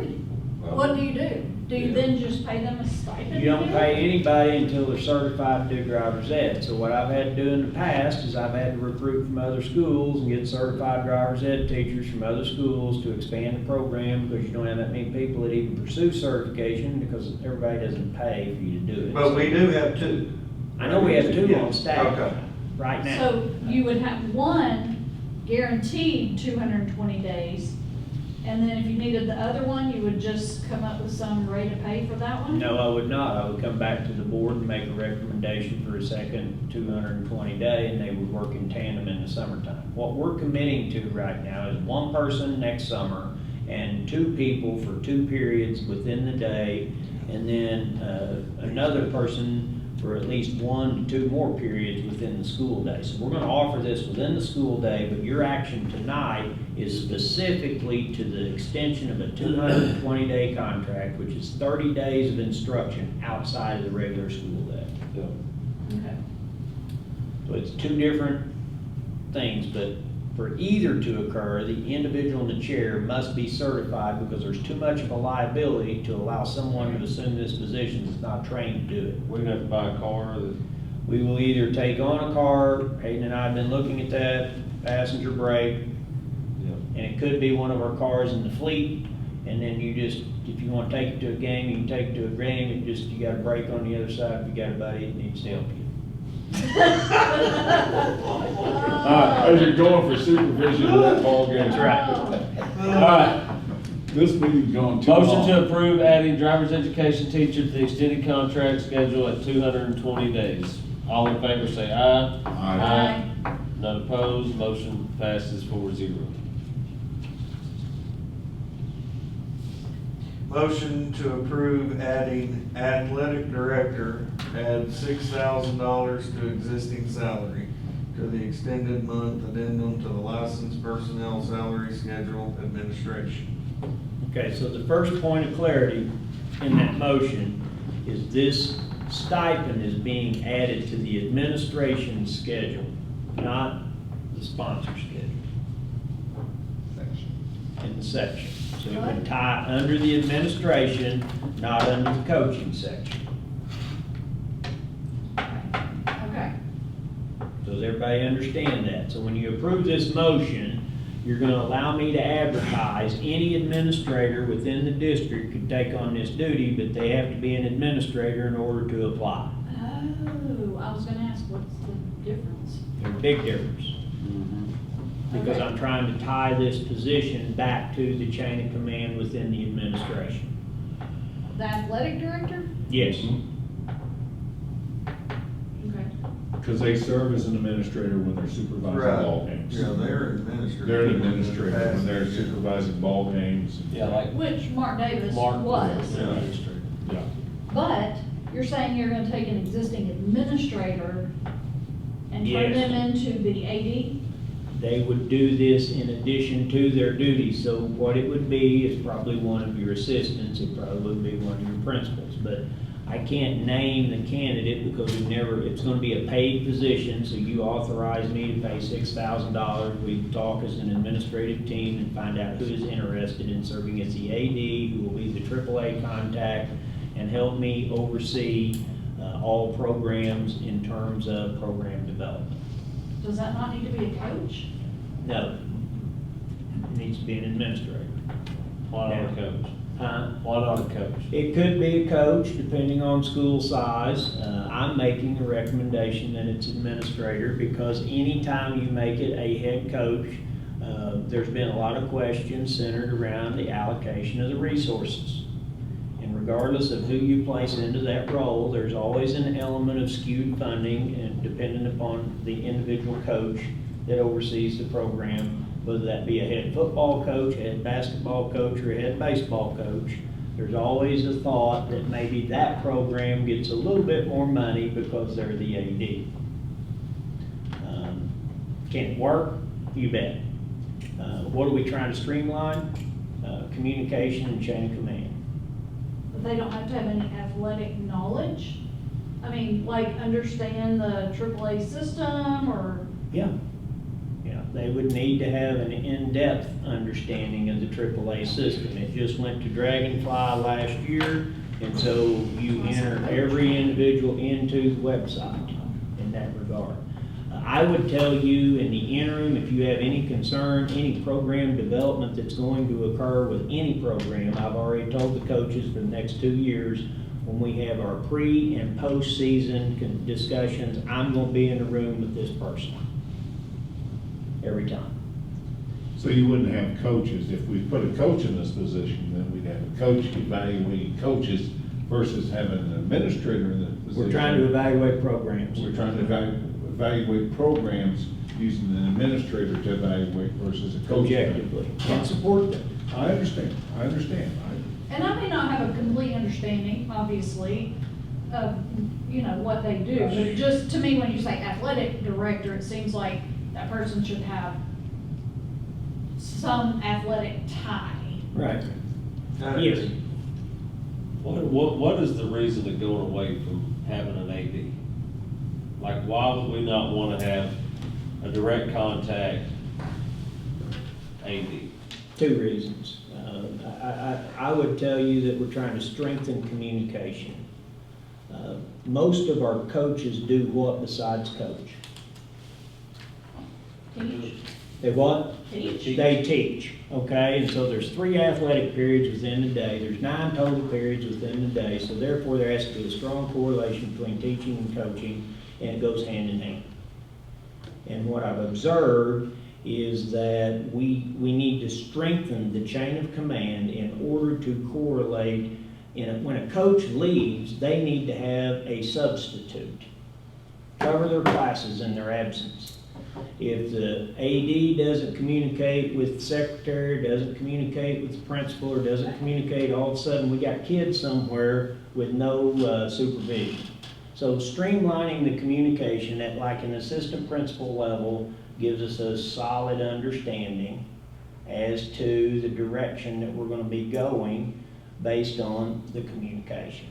The other thing that I would tell you is you can look at our level and even larger. You're not going to find a school that just has an AD. They're going to be an AD and they're going to do something else. So we have staffed a full-time AD. In 2014 is when it was chosen to do that. There's been periods of time where the principal was tied to the AD. And really the AD's role is to support the coaches and approve the expenditures for the coach to run their program, period. The person that runs that program is not the AD, it's the head coach. Right. 90% of the work, communication, they do it all. The AD makes sure that everybody's eligible with AAA. The AD makes sure that they got buses to go on the road. The AD helps in the aspect of supervision, and now we're moving forward with covering supervision on the road with people and supervision at home with the administrators. So the role of the AD is being distributed into different people. But does that not gonna put more workload on that? I mean, how much time is that vice principal or whatever, I mean, it would be a vice principal. Yes. How much time of his day is gonna be being a vice principal and taking the work that our previous AD did? You know, where's that? Yes. How's he gonna balance that out? It's gonna be a challenge. All right, I've been an assistant principal, I've been a principal. I understand the demands, but it's not a daily demand. It occurs at different times within the year. And so it's going to require support as a principal, it's going to require support of Mr. Campbell, it's going to require support of Mike Murphy, and it's going to require support of all of our head coaches. What it does is it relinquishes the ability for the head coach to run their program, and we support them in that programming. I mean, we took a list of everything that Coach Davis did, he gave that to us, and we went through and we highlighted what we could delegate and what we had to do. And so we have a plan that we feel is realistic to divvy up the responsibilities and become actually more effective in communication. We're not going to replace Coach Davis. No. We know that from a perspective of the length of time that he's served here in the community. I just think about, I mean, I like the idea of like having somebody doing the traveling. Because, That $100 pay thing? yeah, because the money that the previous AD was making, I mean, that's probably pretty close to a teacher's salary, you know, and not going to. we were paying him on this teacher salary schedule, the equivalent to wherever he fell on the salary schedule. Right, but I'm just saying all the extra time going to I mean, he was at everything. Mm-hmm. I mean, And it took a toll through time. yeah, no doubt. And I like that piece of it. I like I'm it. not confident necessarily. I mean, I guess I've seen enough of the plan to know that we can just really divvy it up and not suffer, you know? Well, I would tell you if I was designing suffrage, I wouldn't be recommending it. So we've studied this in depth. I've served in multiple situations, and it's been done in this district historically under an administrative role until you tied it to Davis as an AD. Before that, it was tied back to an administrative position. How efficient was it? Well, it depends on who you ask, and it depends on who the individual was at the point in time that you did it. It would vary greatly based on the relationships between each coach, programming, confidence, communication, all of those things have a bearing on the perspective of efficiency. I just worry about tying it to, I mean, assistant principal's got a job he's gotta do full-time. I totally agree. And But we appealed, every one of our assistant principals used to do the coordination paperwork with 504. That became extensive enough that we just reassigned that to another area. Every assistant principal in the district has had other related duties in the past. And we have kind of restructured that to where now the only thing they do is assistant principal work. And our assistant principals are on 240-day contracts. In much larger school districts, the assistant principals are on 220 to 210-day contracts. So we're paying our assistants full-time, year-round. Yeah. So they're being paid full, on a 240-day contract. Many districts use an assistant principal in an athletic director position. Okay. I mean, I've not been in schools where that happened, and it's been very effective. Is it a load? Yeah, it's a load. It's a load on anyone who Does this role. who has a responsibility of a nighttime activities. But a lot of times those principals and assistant principals are at those activities anyway. Well, let me give That's some part of their clarity, responsibility. because I did not indicate this. First and foremost, due to, I should have presented a proposal in this context versus a motion. But what I would tell you is we have designated people other than the administrators going on the road. But what I failed to tell you is that we would have a list of home events, and the AD would not take all 4 home events that week. Those would be picked upon with the principal, the assistant principal in the middle school and the high school. So you got 4 people covering a home event, not 1. And the world in which we think, because of what we've always looked at, Mark Davis did it at every home event. In this structural model, if we've got 10 games coming up, you would do 2.5 or 3. Say we go 12, you're going to do 3 of them. So this AD is going to really delegate who's supervising the home games. They're going to do their fair share of the home games. Major events, we'll double on administrative capacity. If you haven't noticed, I have a tendency to show up at home games. Yes. And I plan on continuing to show up. If none of us go to any games, then I would have an inherent concern that this might not work. But I do believe that it's realistic that if you've got a 12 games, that if, 1, 2, 3, 4, we take 12 home games and you pick 3, 3, 3, and 3, and we should be able to provide adequate coverage without tapping anyone out in that context. So this AD's role is to make sure we have adequate supervision. Their main role is to work with AAA. Cover the eligibility, make sure that all of our students are academically eligible. They will also be the first line of defense in the event of a parent complaint. And if that parent complaint is not reflected, first thing, it's going to go back to the head coach, where it needs to originate, not with the AD. If the head coach has not been able to resolve it, it then goes to the AD. If the AD can't resolve it, then it's probably going to come to me. And that's pretty close to what we've had in the past in the context of that. But I would tell you their main obligation is to ensure that they take care of the coaches and serve as a liaison with AAA. Coaches do all their scheduling. I don't know if you guys know that or not. They want to do this. Every one of them sets the schedule. Yeah. They hire the referees. Do they send the contracts to the referees? The contracts, I think, are initiated through the AD.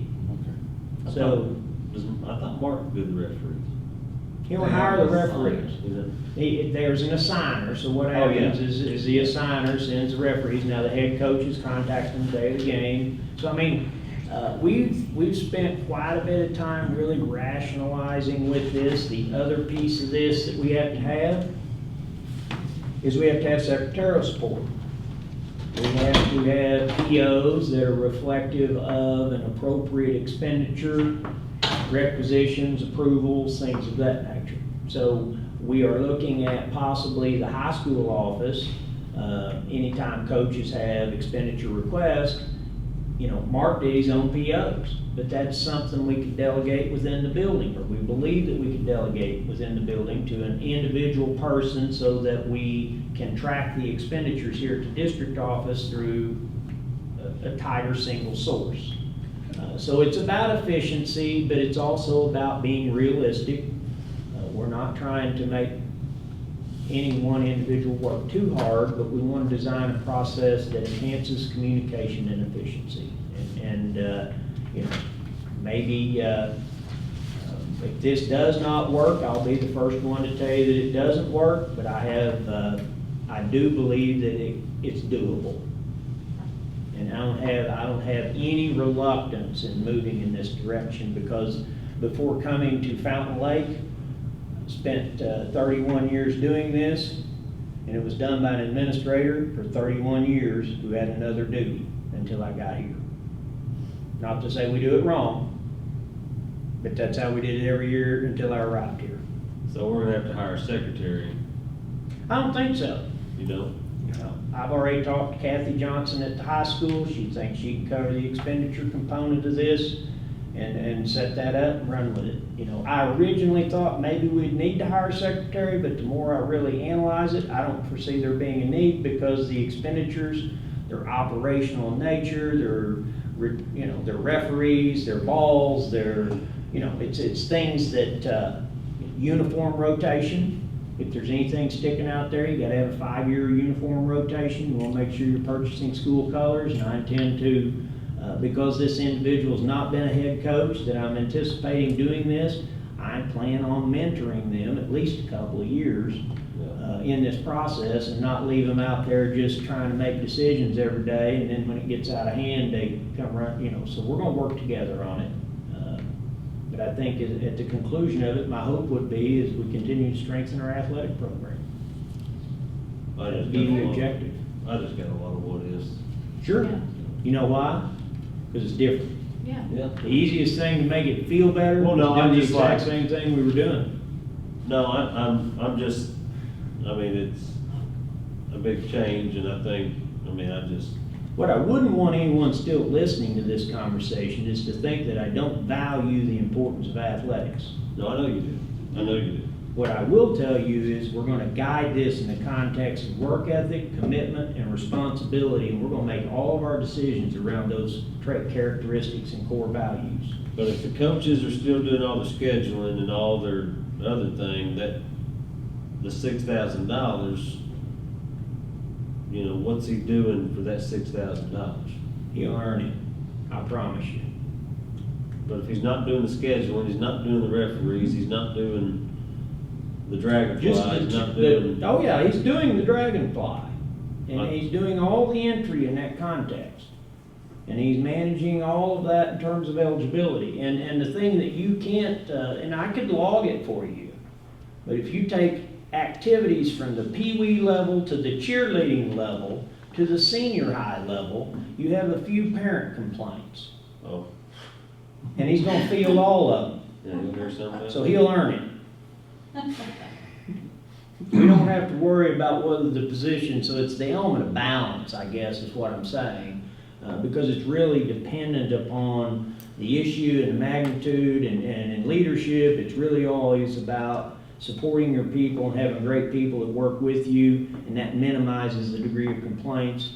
But, anyone listening here, again, we're trying to ground this in developing a strong work ethic, consistent commitment, and an inherent responsibility that will result in self-discipline. And we're going to help support our coaches in framing that as an expectation. And that's really where the arguments may or may not occur. Because everyone maybe has a different expectation of the amount of work that needs to go into it. So, Okay. All right, motion to approve adding athletic director at $6,000 to existing salary to the extended month addendum to the licensed personnel salary schedule administration section. All in favor say aye. Aye. All opposed, aye. you a no or a yes? I'm a no for now, yep. So we're 2-1. Okay, next. You gotta I'll read read it. it, or you can. Go Mo- ahead. Motion to increase the Director of Instructional Services Federal Program Coordinator stipend by $3,000. Open for discussion. So I know he's sitting in here. But Yes. I'm wondering, you know, where'd you come up with that, or? So last year, I made an error in the context of applying money to every administrative position except that position. So I'm coming back to rectify that this year with this recommendation, because we didn't touch that stipend last year. We increased principal pay last year, but we didn't increase that position. So that's what the recommendation is. I don't even remember doing that. I remember doing it. I remember we addressed the administrative stipend, I don't. Right.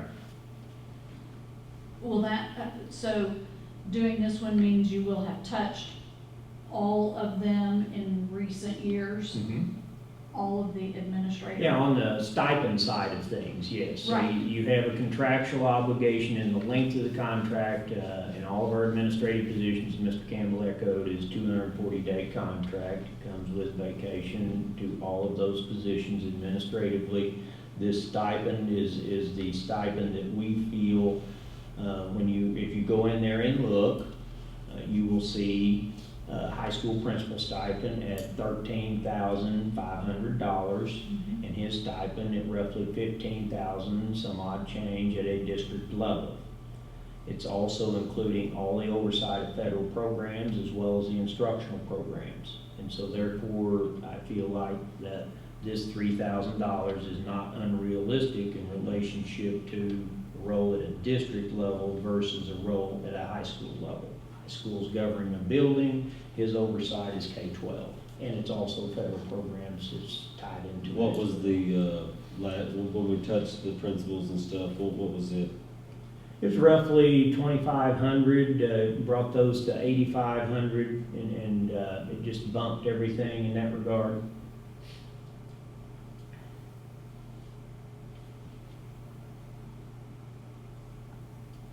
Okay. Okay. Motion to increase, any more questions? Everybody good, Lloyd? Good? All right. Motion to increase the Director of Instructional Services / Federal Programs Coordinator stipend by $3,000. All in favor, say aye. Aye. None opposed, 3-0. Okay. Motion to approve the classified employee salary step policy. Any questions on that? We're basically just, Yeah, I want to, so the document that's attached to that, So let me try to give some clarity while you're this is pulling just that a up. policy correction? What we're or- attempting to do is provide clarity to not reflect in prior practice. You're not To have- increasing the step, you're just talking about the actual policy. What I'm talking about is when someone is hired into the district at different times in the past, depending on who that person was in the chair, they chose to either give them 5 steps or no steps. So if I bring you in here and I hire you in here, related experience up to a couple years, but what is related experience, and is there a cap to that amount? What this policy does, the biggest piece of this policy is item 3. So an employee, upon being hired, may bring up to 8 years of credit in a job similar to the job in which they are being employed. So if we hire a maintenance person Okay. who is, worked as a plumber in some context and is going to be helping us in that related field, they might have 15 years of experience as a plumber. This gives us the authorization, if that like type amount, it allows us to bring them in up to 8 years. Couldn't bring them in on 15, right, but it brings them into the middle of the schedule. Why not give them all? Well, you might have another person on the maintenance staff that maybe had some other related experience that came in at a different time. They may be 20 years into the schedule, And so those two individuals end up pretty close together in terms of rate of pay. So this 8-year cap creates a little bit of integrity for being in the district for 15, 20 years. And doesn't bring somebody else right up beside a person that's worked for the school district for 20 years. So this 8-year threshold gives Mr. Campbell or Hayden the latitude to communicate to an employee who we're considering hiring in that context. The other thing that this policy does, when approved, is it gives us the latitude for any employee who maybe have been working in the district. Because the people who have sat in this chair that have hired and placed them in the schedule over the past 15 years has not been the same person. And depending on when an individual was hired, the interpretation could look differently. Yeah. So what I'm attempting to do through the authorization of developing a practice in the context of policy is defining a roadmap for kind of this gray area so that when these gentlemen attempt to have a conversation about employment, we can place them consistently and fairly in the schedule. But furthermore, it authorizes any employee that feels as though that maybe they were not placed appropriately, they could contact our office and we could review their credentials and then place them appropriately so that there's consistently of the current employee base as well as any future hires. The final statement I would make is this would not retroactively pay anyone in arrears and would place them in the schedule for the 21-22 salary schedule. And really what I'm attempting to do here is to make sure that everyone finds value in their experience and gives us the autonomy to fairly place them consistently in the schedule, because their ill will evolves if one person gets to bring 8 years and the next person only got to bring 2 or vice versa, because they're paid differently in the schedule based on placement. So it's a kind of it's a cleanup item, and then if you guys, if you ever get those questions, well, where are they gonna put me in on the salary schedule? I don't know if you ever got that. You can guide them to this policy. The only discretionary measure I would give you, it would be ultimately to the interpretation of my designee or myself to make sure that the work is interrelated to the new work.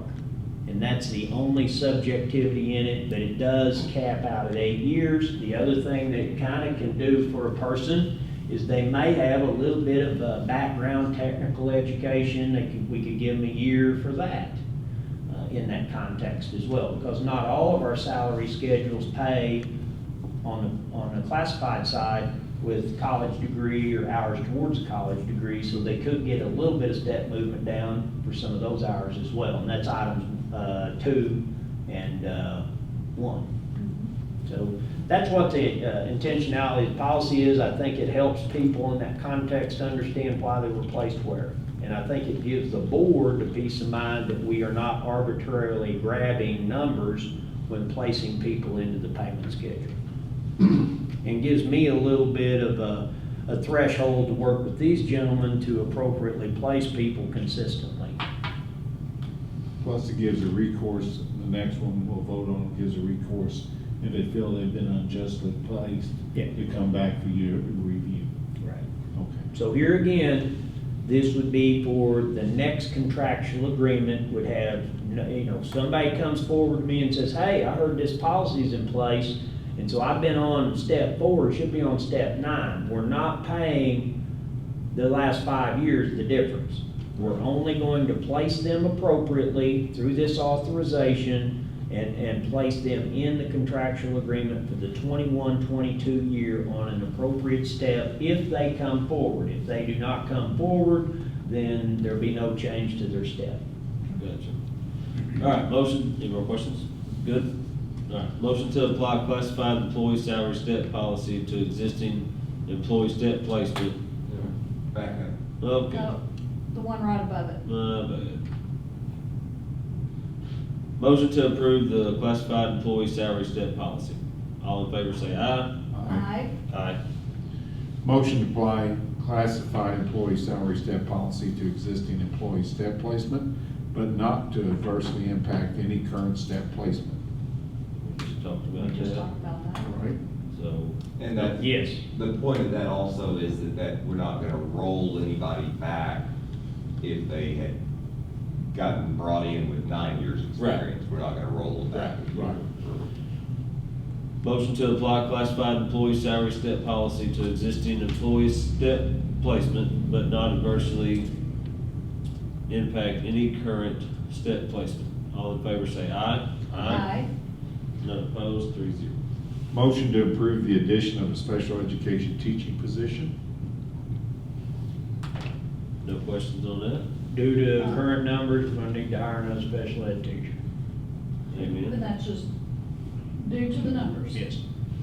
And does that bring us up to the recommended? Because I know the state has a. We're just trying to There's a stay case within law. a threshold of compliance. Okay. Where we will, if we don't hire this person, we're gonna be out of compliance. Okay, that was my question. Does that bring us into compliance? Yes. Because I know at one time we were kind of behind Yes, For now. for now. for now until Right. we get more. Motion to approve the addition of a special education teaching position. All in favor say aye. Aye. None opposed, 3-0. Motion to approve the COVID retention bonus. All right, we talked about that earlier. Do you want to go over it again? Basically utilizing the ESSER funds, it'd be across the board $1,500 raise based on, everyone enduring a very challenging year. Is that a raise or a one-time Bonus. payment? Bonus. That's a one-time payment. When would that be paid? It'd probably be paid prior to July 1 and come out current fiscal year. I'd say they'll get their money second or third week of June. All right. And is Second this- Third week of June. Is this 1,500 June check, got it. per, for certified and classified? It's a consistent bonus on both sides. Okay, Yeah. because those totals were kind of weird, so I wasn't sure. Right, based on benefits and retirement Gotcha. and the amount of money, Number of employees. number of employees. Mhm. So that's everybody, Everybody gets $1,500. even Dr. That's right. No exclusion to me on this one. Motion to approve COVID retention bonus. All in favor say aye. Ah, None opposed, 3-0. On these resignations, we're gonna read these in one motion. Yes, all names. Motion to accept the letters of, just the retirement I'm resignation. just doing the retirement resignation. Yes. Yeah, okay. Okay. Motion to accept the letters of retirement resignation from personnel below Yes, for the correlated positions for the upcoming 2021-2022 school year. Cassie Eddy, senior cheer sponsor, Hunter McWhorter, teacher coach, Jennifer Lloyd, paraprofessional, and Michael Blees, assistant girls basketball coach.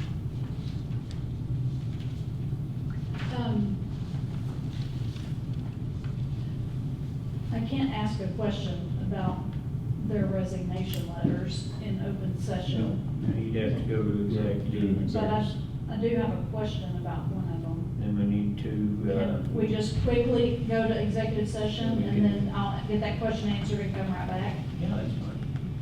I Can you all know, do Hey, we're here for the night. Yeah, we'll mute the mics and we'll Yeah. step out. okay, because it won't take 2 minutes probably to get this question No, answered. can we go in? Do,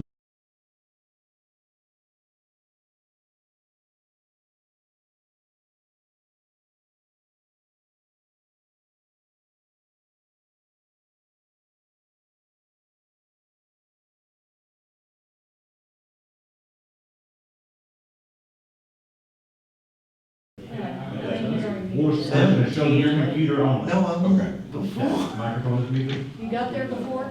No, You missed it? I missed the vote.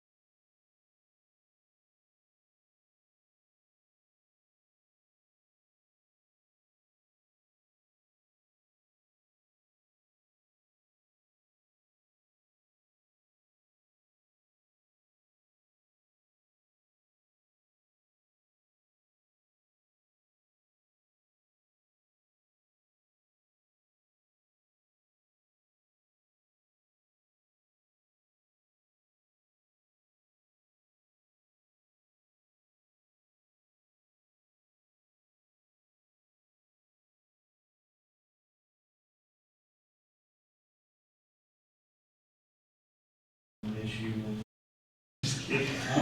All right, we're live. Okay. All right, we are reconvening from executive session at 19:34. And where we left off was the, Read the motion. all right. Item 4. Motion to accept the letters of resignation, or the letters of retirement / resignation from the personnel below for the correlated positions for the upcoming 2021-2022 school year. Cassie Eddy, senior cheer sponsor; Hunter McCorder, teacher coach; Jennifer Lloyd, paraprofessional; Michael Blees, assistant basketball coach.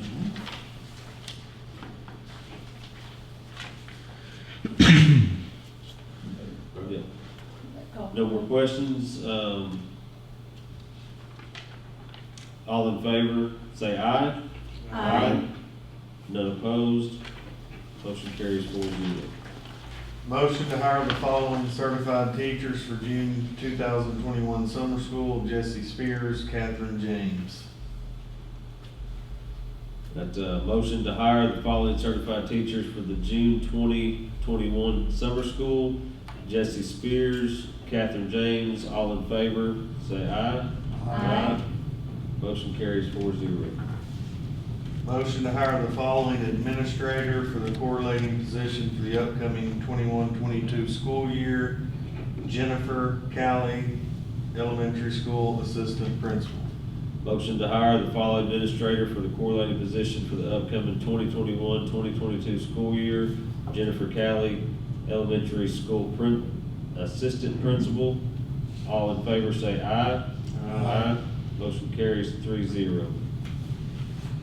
Motion to hire the following for the correlating positions for the upcoming 2021-2022 school year: Danielle Fournier, elementary lead teacher; Kim Richard, middle school lead teacher; Mandy Robertson, high school lead teacher; Christy Bellamy, elementary math literacy interventionist; Catherine Holland, elementary math and literacy interventionist; Jamie Purtle, teacher of the visually impaired; Casey Taylor, senior cheer sponsor; Matt Carter, head girls basketball coach; Natasha Lowry, elementary teacher; Carrie Carter, elementary teacher; Catherine James, elementary teacher.